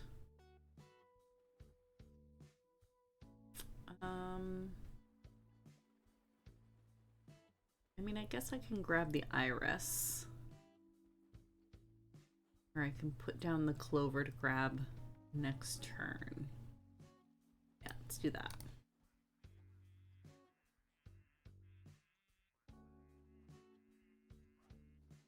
Ooh, good rummy. Ooh, actual 4-person rummy. Nifty. Okay. 8 isn't useful. Ooh, yep, YOLO. How this works. And then I guess let's discard the other queen.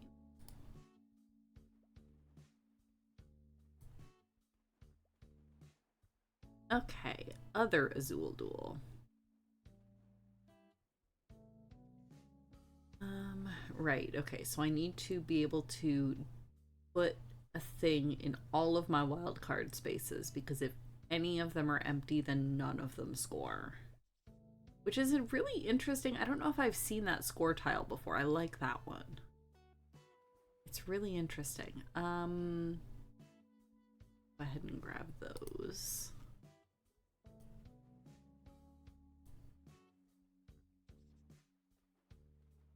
Oh. Okay, this is an interesting hand. Interesting. I could grab the ribbon. Could grab the bird. Maybe we grab the bird.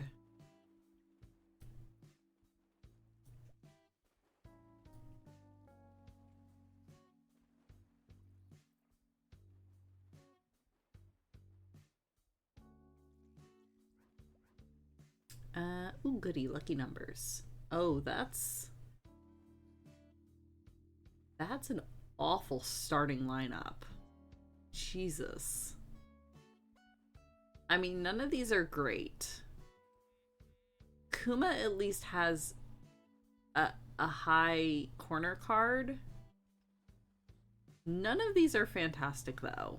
Like, Kitte's is also pretty bad. Okay, and 3 doesn't help me. So I guess let's draw. Oh, good. That's useful. Hooray. Next. E, do I play the 4, the 4, or the 4?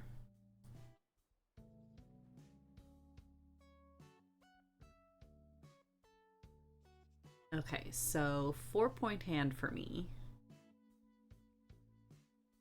11-point hand for Kits. Dang, nice job. And a 4-point crib. That's fine. Okay, 2 cards to my crib, huh? Yes, let's do that.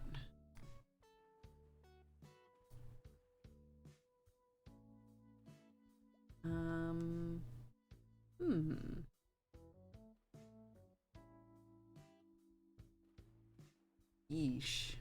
Danger, danger. I mean, well, okay, so the Phoenix has already been grabbed, so that can go.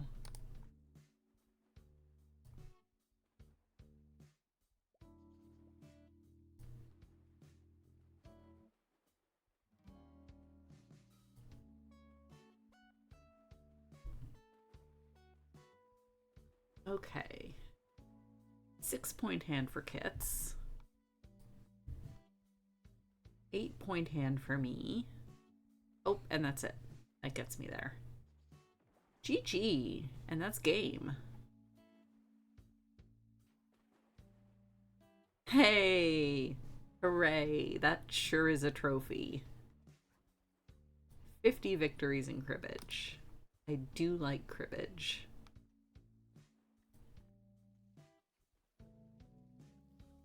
I'm not necessarily good at cribbage. You'll notice my elo is only at 200. But I play a lot of cribbage. I guess I just grab this.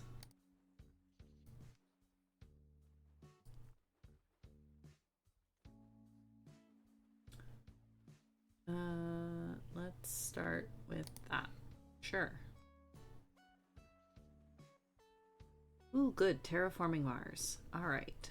Does it matter which order I do these in? I don't think it does. No, that's fine.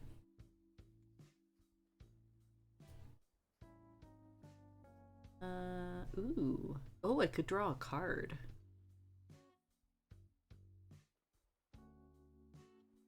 I do also need a head start on plants. Let's get to place 2 oceans. So let's go ahead and draw a card. And then, I mean, plants are good. Let's do, does it matter which plants? Probably not. You know what, let's start lakes. Let's do inland seas. 2 plants, please. New card, please. Oh, interesting. Well, I have no building cards yet. Interesting. Okay. Yes.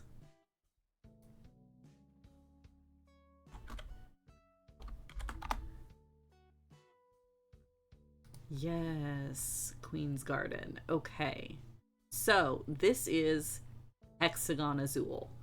And yes, Kite and I actually own this board game IRL. Because hexagons, of course I do. And Kite and I played it when they visited last year. Once. Do I remember how to play? Okay, let's do a quick refresher. I think I mostly remember how to play. Okay. Yes, so three phases. Acquiring tiles and placing them in the garden, scoring, and then prep for next round. Right, okay. Players choose one of the following actions on their turn. Acquire hexagons and garden expansions, place a hexagon, place or take a garden expansion, or pass. So acquiring tiles, right, okay, so you take all the hexagons and garden extensions of a chosen pattern or a chosen color. Right, okay. And then they go in storage. And you only have so many storage spaces. Then you can place hexagons. The group is formed when at least 2 hexagons of identical pattern or identical colors, not both, are adjacent. 1 hexagon can be part of a group for its pattern and also a part of another group for its color. Okay. Okay, so when you place a tile, you have to pay its cost. And the costs are up in the top corners of your board. So for instance, playing one of these costs that number. So playing a tree, I would have to discard 1 tile in order to play it. Playing a wheat, I would have to discard 5 tiles in order to play it. So some patterns are more valuable than others. Or more costly than others, rather. And then placing the tile on your garden board. After placing the tile, see if any fountain, statue, bench, or pavilion is completely surrounded, and place a joker. So when you surround any of those things, you get a joker, which is good. We like jokers. So paying a tile's cost can be done in one of the following ways. All discarded hexagons must be of the same color and different patterns, or of the same pattern in different colors. So you can kind of flip it depending on which one works best for you. Tiles are placed in one of the following ways: not adjacent to any hexagon, or adjacent to one or more hexagons where the color of the tile being placed must be the same of at least one of the adjacent hexagons. And the placement of the new tile will not form a group that contains two identical hexagons. So you cannot place identical hexagons near each other. Okay. And then you'll notice your garden only has so much space. So you start out with only 6 places to set your hexagons. To be able to place hexagons in these further out reaches, you need to be expanding your garden, which you can also do. Take a face down garden, pay 6 victory points, and place the expansion on a free expansion area around the fountain board in any orientation. And some of the expansions have things on them, which we'll get to. So, I don't like those. Those are identical. I could take all 3 of these. Oh, actually, that might be beneficial because these are all 3 the same color. I could take all 3 of these. I could take those 2 because they're the same pattern. I could take those 2 because they're the same pattern. Or I could take this one by itself because it's the only color, or I could take this one by itself if I wanted green for some reason. Yeah, let's actually take these 3. That actually does work. Oh, except I can't pick up identicals at the same time. Right, got it. Okay. I still think this is probably what I want to do, though.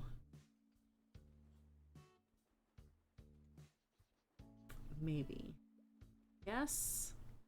How much does it cost to play one of those for? Yeah, let's do this. Okay. Next. Yeah, Azul Queen's Garden is really, really good. I'm really happy it's now on BGA. I'm gonna be playing a lot of it on BGA if anyone wants to join me. I'm very pleased that it's now that I can now play it digitally, because I really like it. It is really a really interesting variation. Okay, but here we have just normal Azul with the gray scoring wall. So. Ooh, what do I want to pick up? Let's pick up...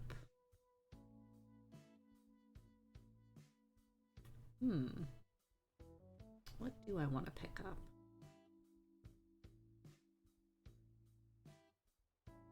Let's do that. Alright, back to cribbage.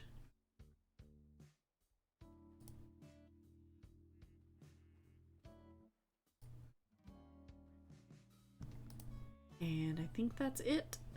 Yep, we are now caught up. Excellent. Oop, not anymore. We'll get to that in a second. What do I still have? So one of the ones that I'm really happy this one fired. Postcards is really neat. I'm gonna go ahead and go into this one because I really like this one. I played it a couple times a few weeks ago, and it's really neat. So, postcards, you are touring around France on your bicycle and sending postcards, I guess, home to your loved ones and picking up souvenirs. So on your turn, you can either stay in the area where you are, you can move to another region. Nope. There we go. So these are your action cards. So currently right now I have a red bicycle, I have a yellow bicycle, I have a red postcard, I have a red campsite, and a red campsite. So the region that I'm in, here, I'm in Pays de la Loire. My French pronunciation is not good. And this is the current postcard that I have. So to send this postcard and score points, I need to fill out all of the stamps on it, and I can also optionally fill out these bonuses over on the other side, which will get me things. So for instance, this one is the green tree campsite. This one is a cooking site. This one is the blue wave campsite. So currently in my region, I have the blue wave campsite and I have the cooking campsite there and there. I don't currently have the green one in my region. I would have to travel. So for instance, my first turn, what I'm probably going to do is I'll probably play a campsite card, place a campsite here, and claim this bonus, which will get me a free stamp, which I can put on my postcard. And then I'll play another campsite card to claim this one to get this bonus, which just gets me victory points. And then I might draw another postcard so that I have something else to work towards. The other thing is that to be able to send the postcard, you have to be in the region matching it. So for instance, this one, you can see down here in the lower corner, it's got a number 4. So at some point, I'm going to need to travel over to the region 4 in order to be able to send it. But I've got a while before I do that because I don't have enough stamps yet anyhow. You can also draw more postcards from up here. That's what these are at the top. You don't get to see what the actual stamp cost or bonuses are until after you draw it, which is interesting. And then there's certain things where once you fill up your bonuses and send your postcards, you can also draw souvenirs, which also get you various bonuses. And then at the end of your turn, you spend the cards in your hand to play your actions, and then you replenish the cards in your hand from the deck. It's really interesting. I had a lot of fun playing it before. I'm interested to see how a 4-player game plays, because the one I played previously was just two-player. But again, I'm probably going to be making more boards of this one, because I enjoy this one a lot. Actually, maybe I should go ahead and make another board of it now, since that one fired. Because, yeah, I really enjoyed that one. It's cute, and it's fun. That... 8-point hand for me. 3-point hand for Kate. And 8-point crib. Not bad.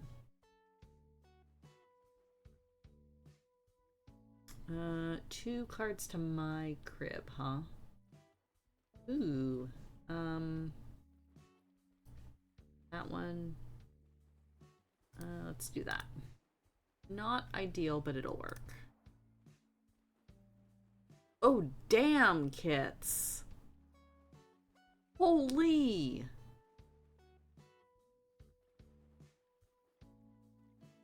Good gravy. I do wish it actually showed me what Yaku you had. Can I?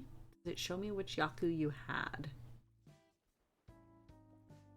5 times multiplier. Good gravy. If I press the X, it does? Oh, yes. Okay. Good lord.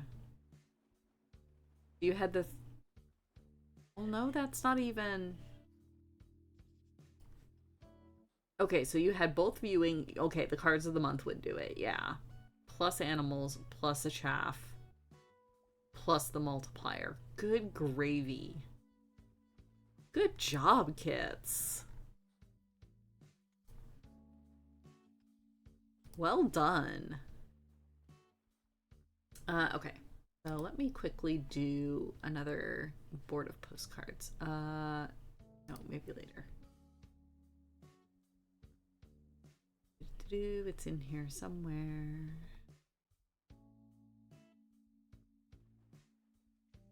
I can also search for it.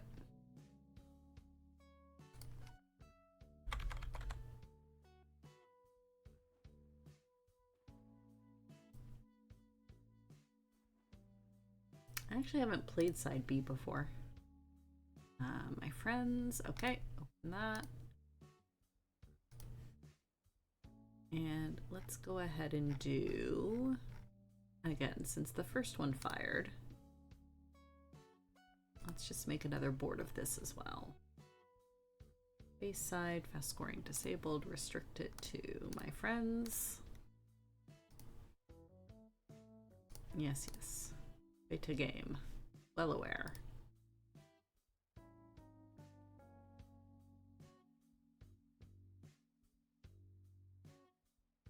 having the sake cup in hand when the other 3 August cards were out on the board was incredibly powerful. Oh, heck yeah.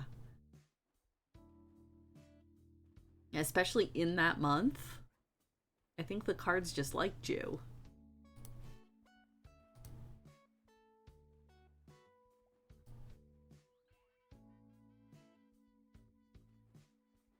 Hello? Hello? There we go.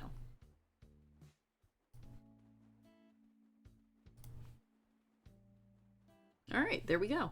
That is caught up. Thank you very much, friends. I look forward to future games with you. There are a couple others. None of them have fired yet. So Visions is a new one.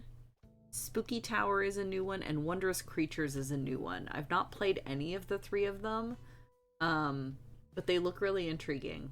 So we'll see how they do.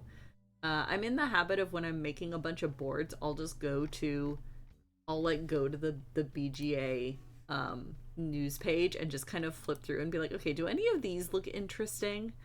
And usually some of them do, and so I'll give them a try. So yeah, see, there's Spooky Tower. No idea, never played any of them before, but they look really interesting. So, but yeah, thank you very much, friends. Let us transition back to yarn.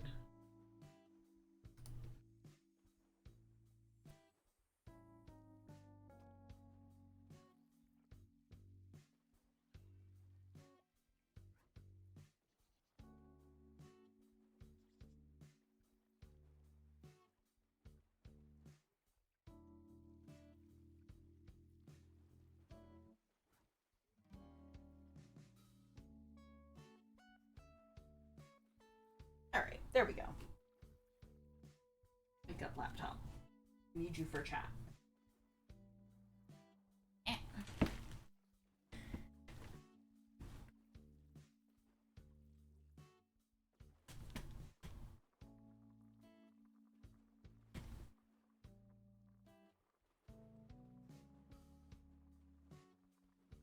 Alright. Back we are. Come here, giant blanket.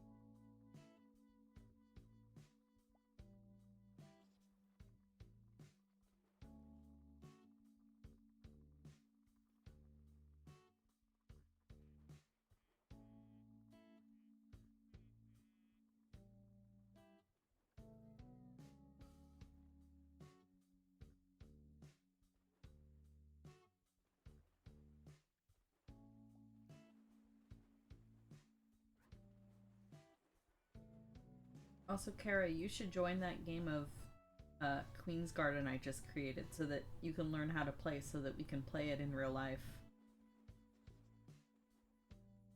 The tiles, I have to say, so Queen's Garden is the first Azul game I've ever owned, like, in real life. We also have Summer Pavilion, but haven't opened it yet.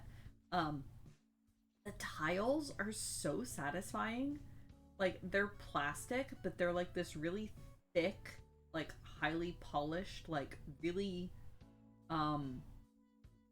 incredibly satisfying plastic to like tap on and like when you put the tile down, it's like really satisfying and good.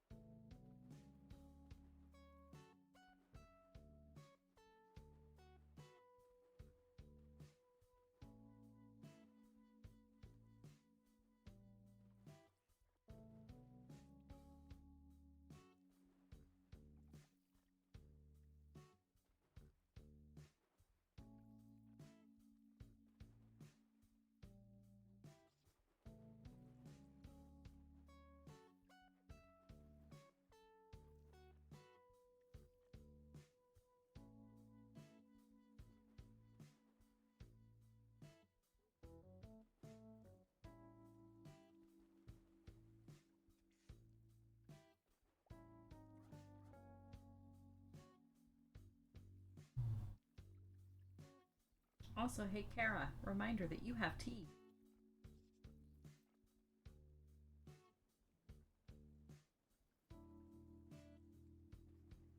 Also, I got caught up in the D&D recap and forgot.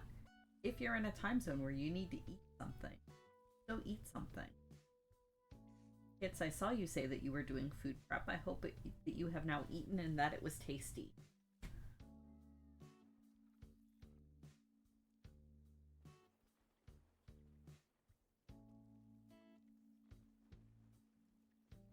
Had a pasta sauce, hopefully along with some pasta. I'm just imagining you now chugging a jar of like spaghetti sauce the way that you chug jam in Stardew Valley. And I have a mild concern.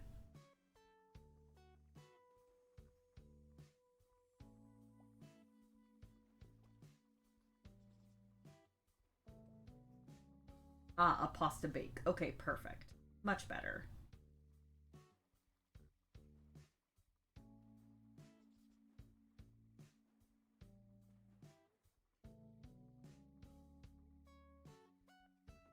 Much more acceptable for a meal. Remember, chugging a jar of jelly is snack time food. But you should try to have some protein at mealtimes.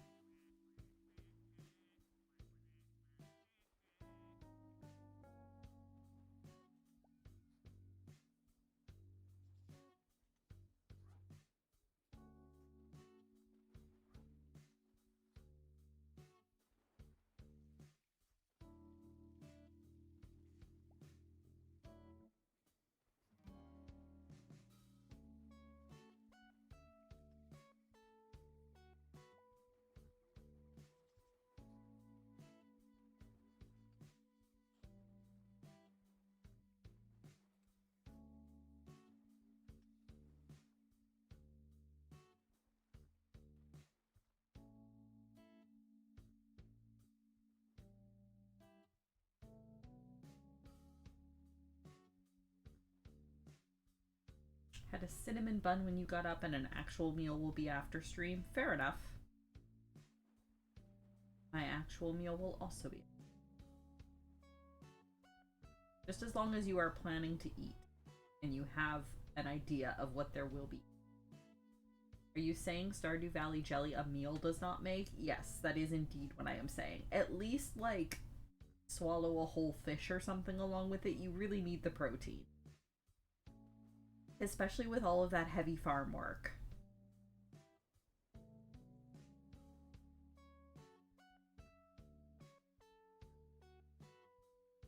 I mean, I can't really say anything. My randomizer farmer is currently living off of trail snacks. But you know.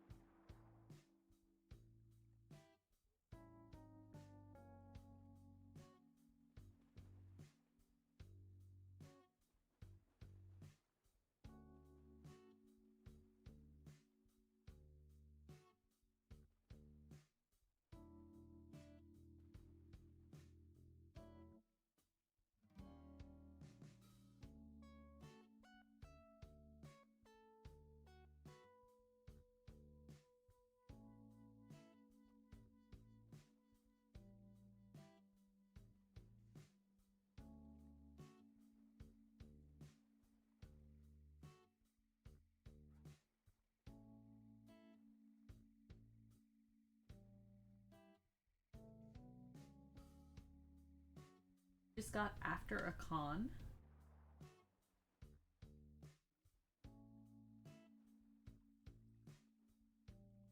Don't know what that means, kits. Also, hi Kuma. Welcome in, welcome in. Oh, an automatic yacht. Oh, right. Yes, okay. Nice.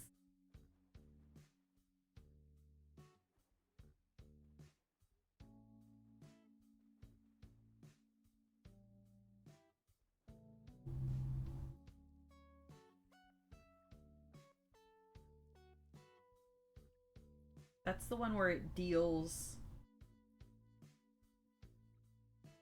Because I know there's one where if you get dealt all 4 month cards, I don't think it's an automatic Yaku, I think it's just an automatic redeal.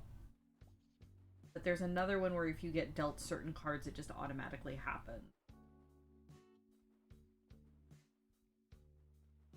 Kuma finally has coffee after early morning golf. Ooh!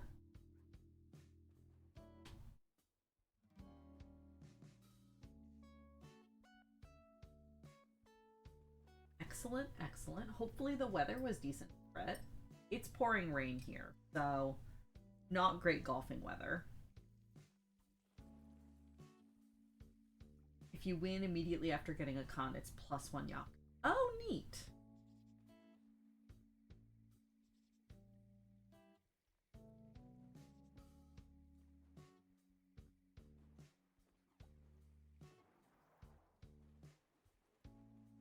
Are you saying no, it wasn't great weather for golfing? A blanket. Oof. Oh, mine isn't. No, my pouring rain is not good weather for golf. No, especially not considering it's thundering, or not thundering at the moment, but it is thundering off and on. Do not, PSA, do not go golfing in a thunderstorm. Bad, very bad. Do not do it. In fact, most golf courses will not let you do it. Actually, all golf courses should not let you do it.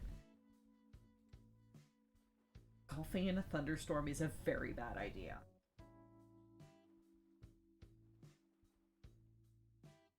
Yes, let me just swing this giant metal club up over my head in a wide open area where there's nothing else around for yards and yards and yards.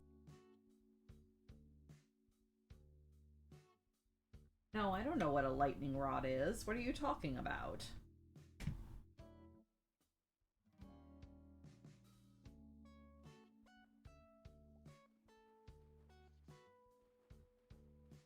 Some people believe that golf courses should not let you play at all and that they should be reclaimed by the wilds. Fair.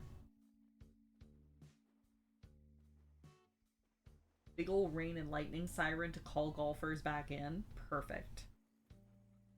Time for dinner.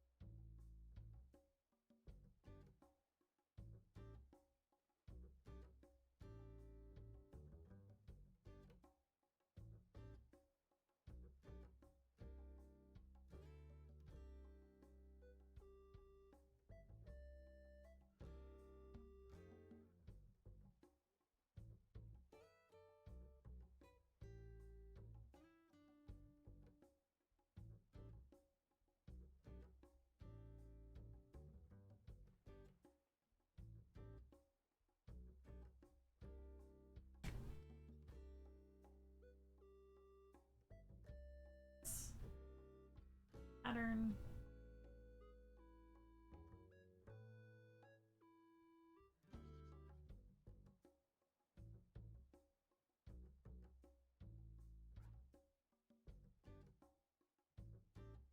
I'm getting there. Progress is being made.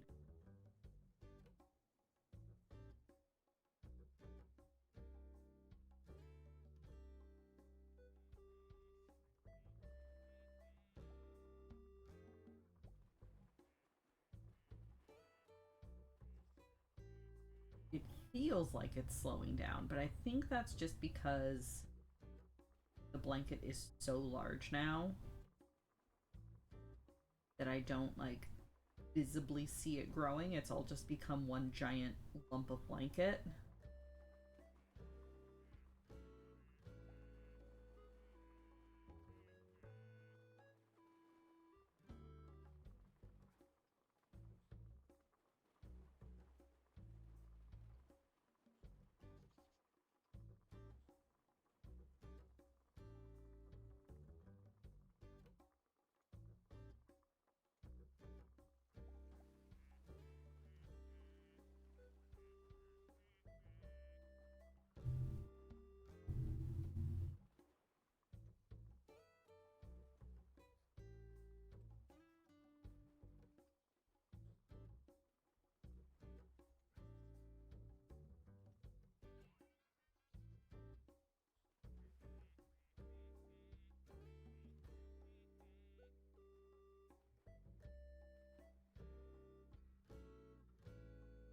Also, Kara, you should post progress pictures of the Anjanath at some point.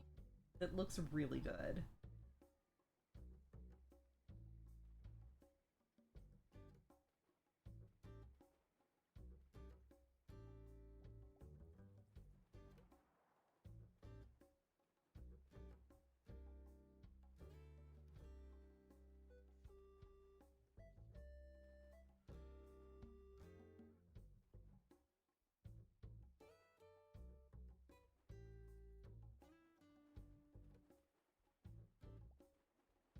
But also drink your tea.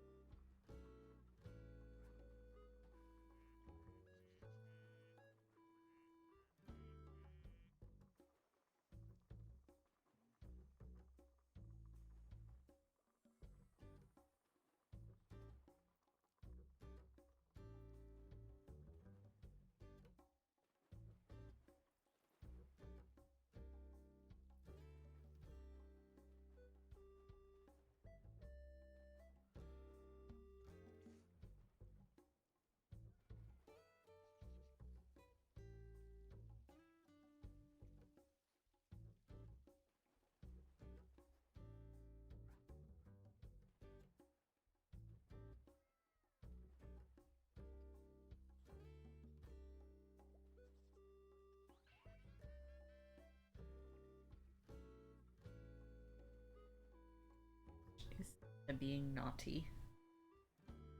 Hear Kara going, no, downstairs. Guessing that Kara is probably eating something and Sasha badly wants it.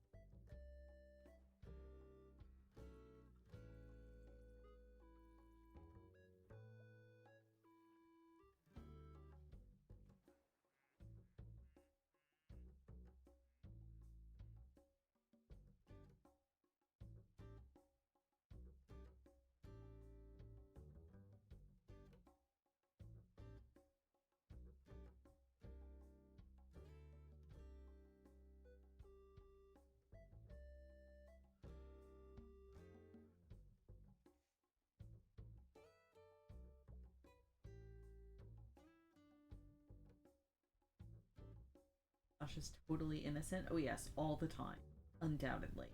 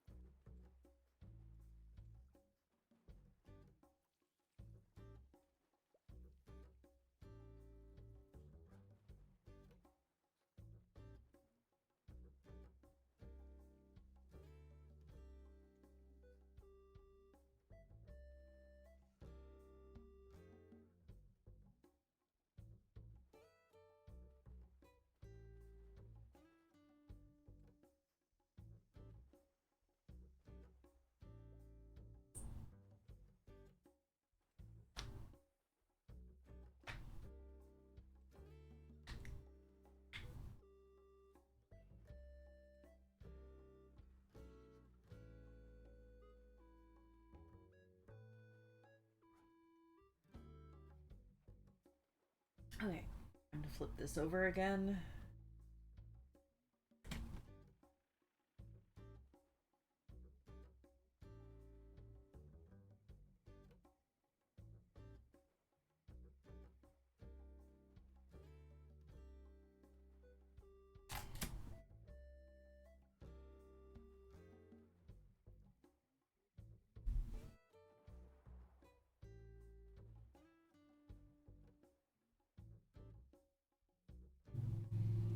Alright, where's the orange going?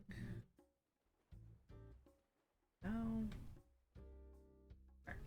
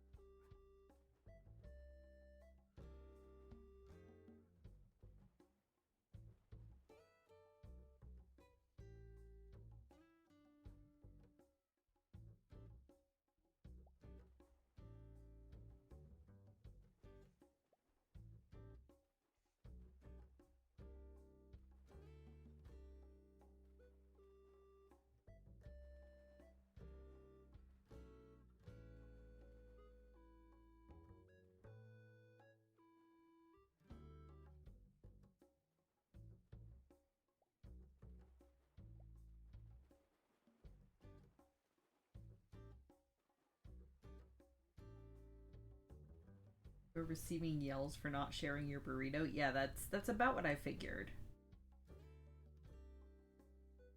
I figured that was indeed the case.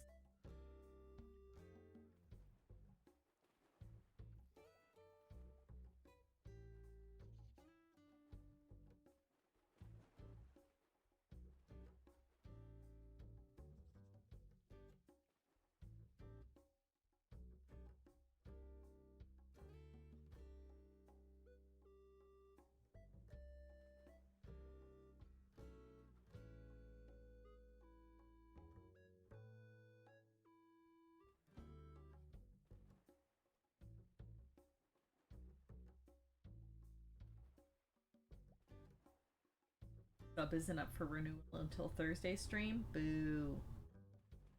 Yeah, so speaking of, we are planning to do a randomizer stream at some point this week. Not 100% certain on which day of the week it'll be yet.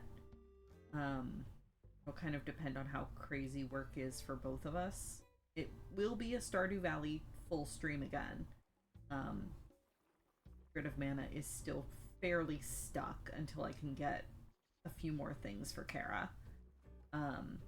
But I have, last time I got some decent stuff for making progress within Stardew, so continue on that train. But yeah, exactly which evening it'll be is still slightly TBD. It'll probably be either Tuesday or Thursday. And then the other thing I was going to mention is I haven't decided yet if I'm going to be streaming next Sunday. For those who might not be aware, next weekend, the team behind Desert Bus for Hope is going to be doing a mini event for just 24 hours called Desert Bus Express. And the proceeds for this from Desert Bus Express are going to be going to a charity called Community, which supports the LGBTA community in Vancouver, which is where a lot of the Desert Bus crew is from, there and around there. So they've decided to support that charity, and it's Pride Month, so it works perfectly. But they'll be going from Saturday afternoon until Sunday afternoon, which is, directly through the time I would normally be streaming. So I haven't decided yet if I'm going to stream or not. Just kind of, I guess, keep an eye on it, and we'll see what kind of vibe I'm feeling. I might just decide to chill and watch Desert Bus Express myself. But you should definitely go over to desertbus.org and check it out, because it's supporting a really good cause. Like I said, it's Pride Month. Happy Pride. So, yeah. It'll be an entertaining ride for sure.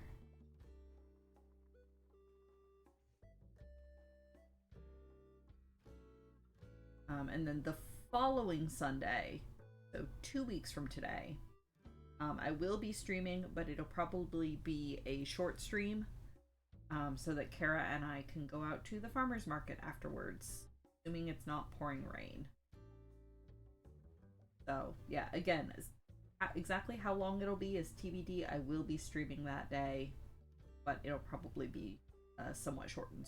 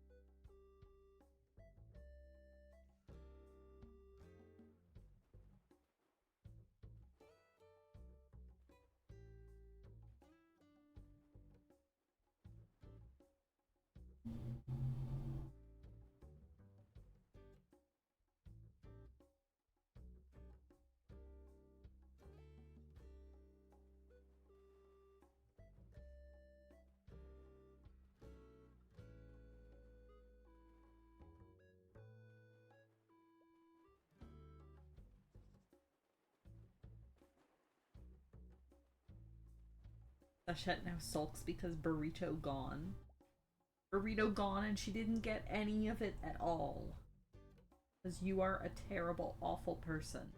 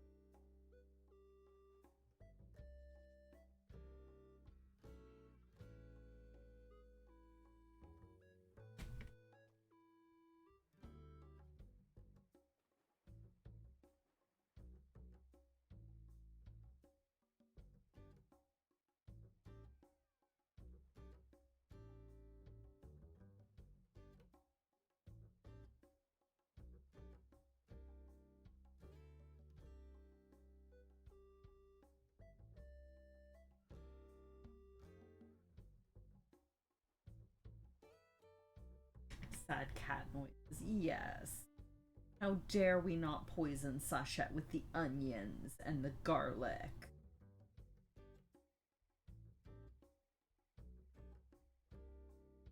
And the tomato. All of which very bad for cats, FYI.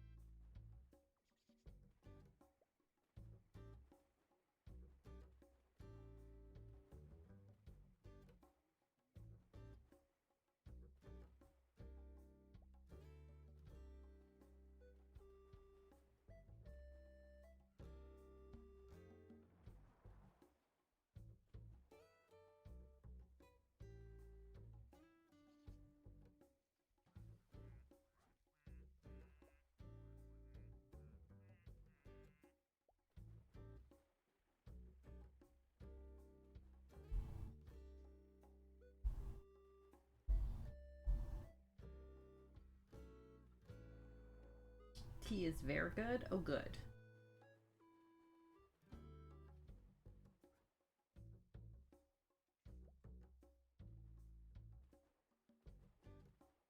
I thought that might be good for a rainy day like this.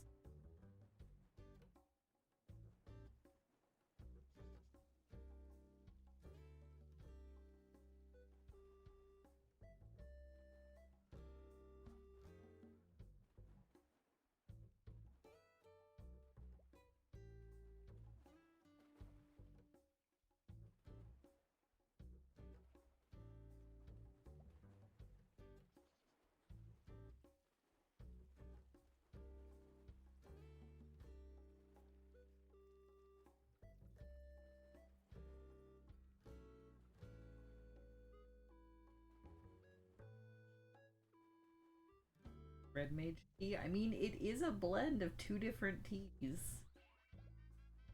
The splash of milk in it.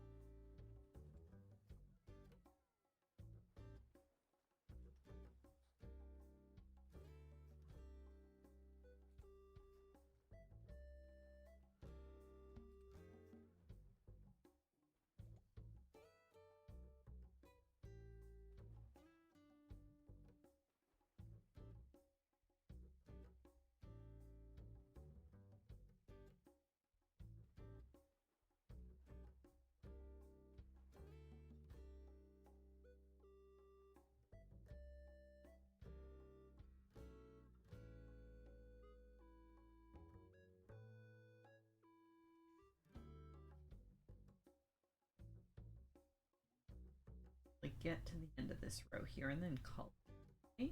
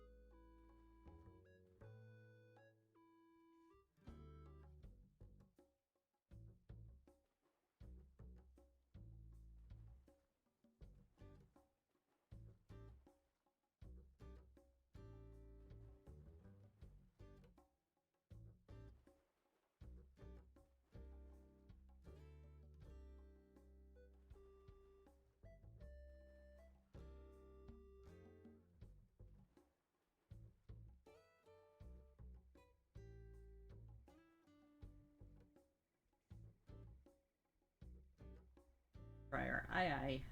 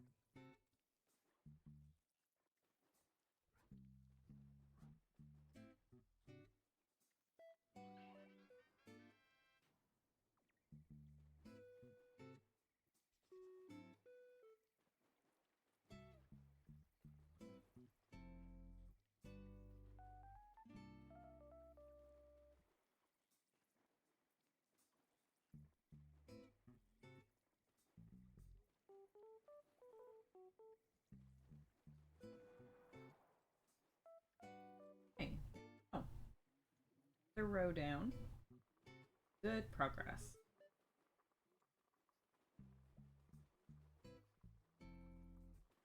But yeah, there we go. Crest of Knowledge fully done. Crest of Sincerity almost done. Crest of Courage underway. We are getting there. Yeah, thank you very much, friends, for coming and hanging out and joining me and listening to me ramble about D&D.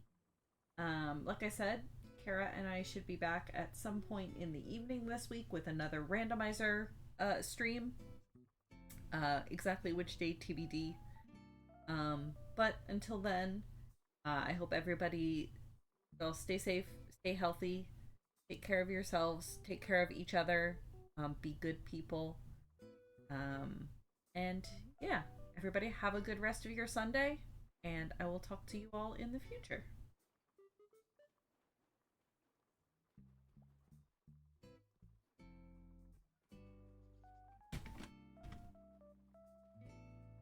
Back in the bin you go.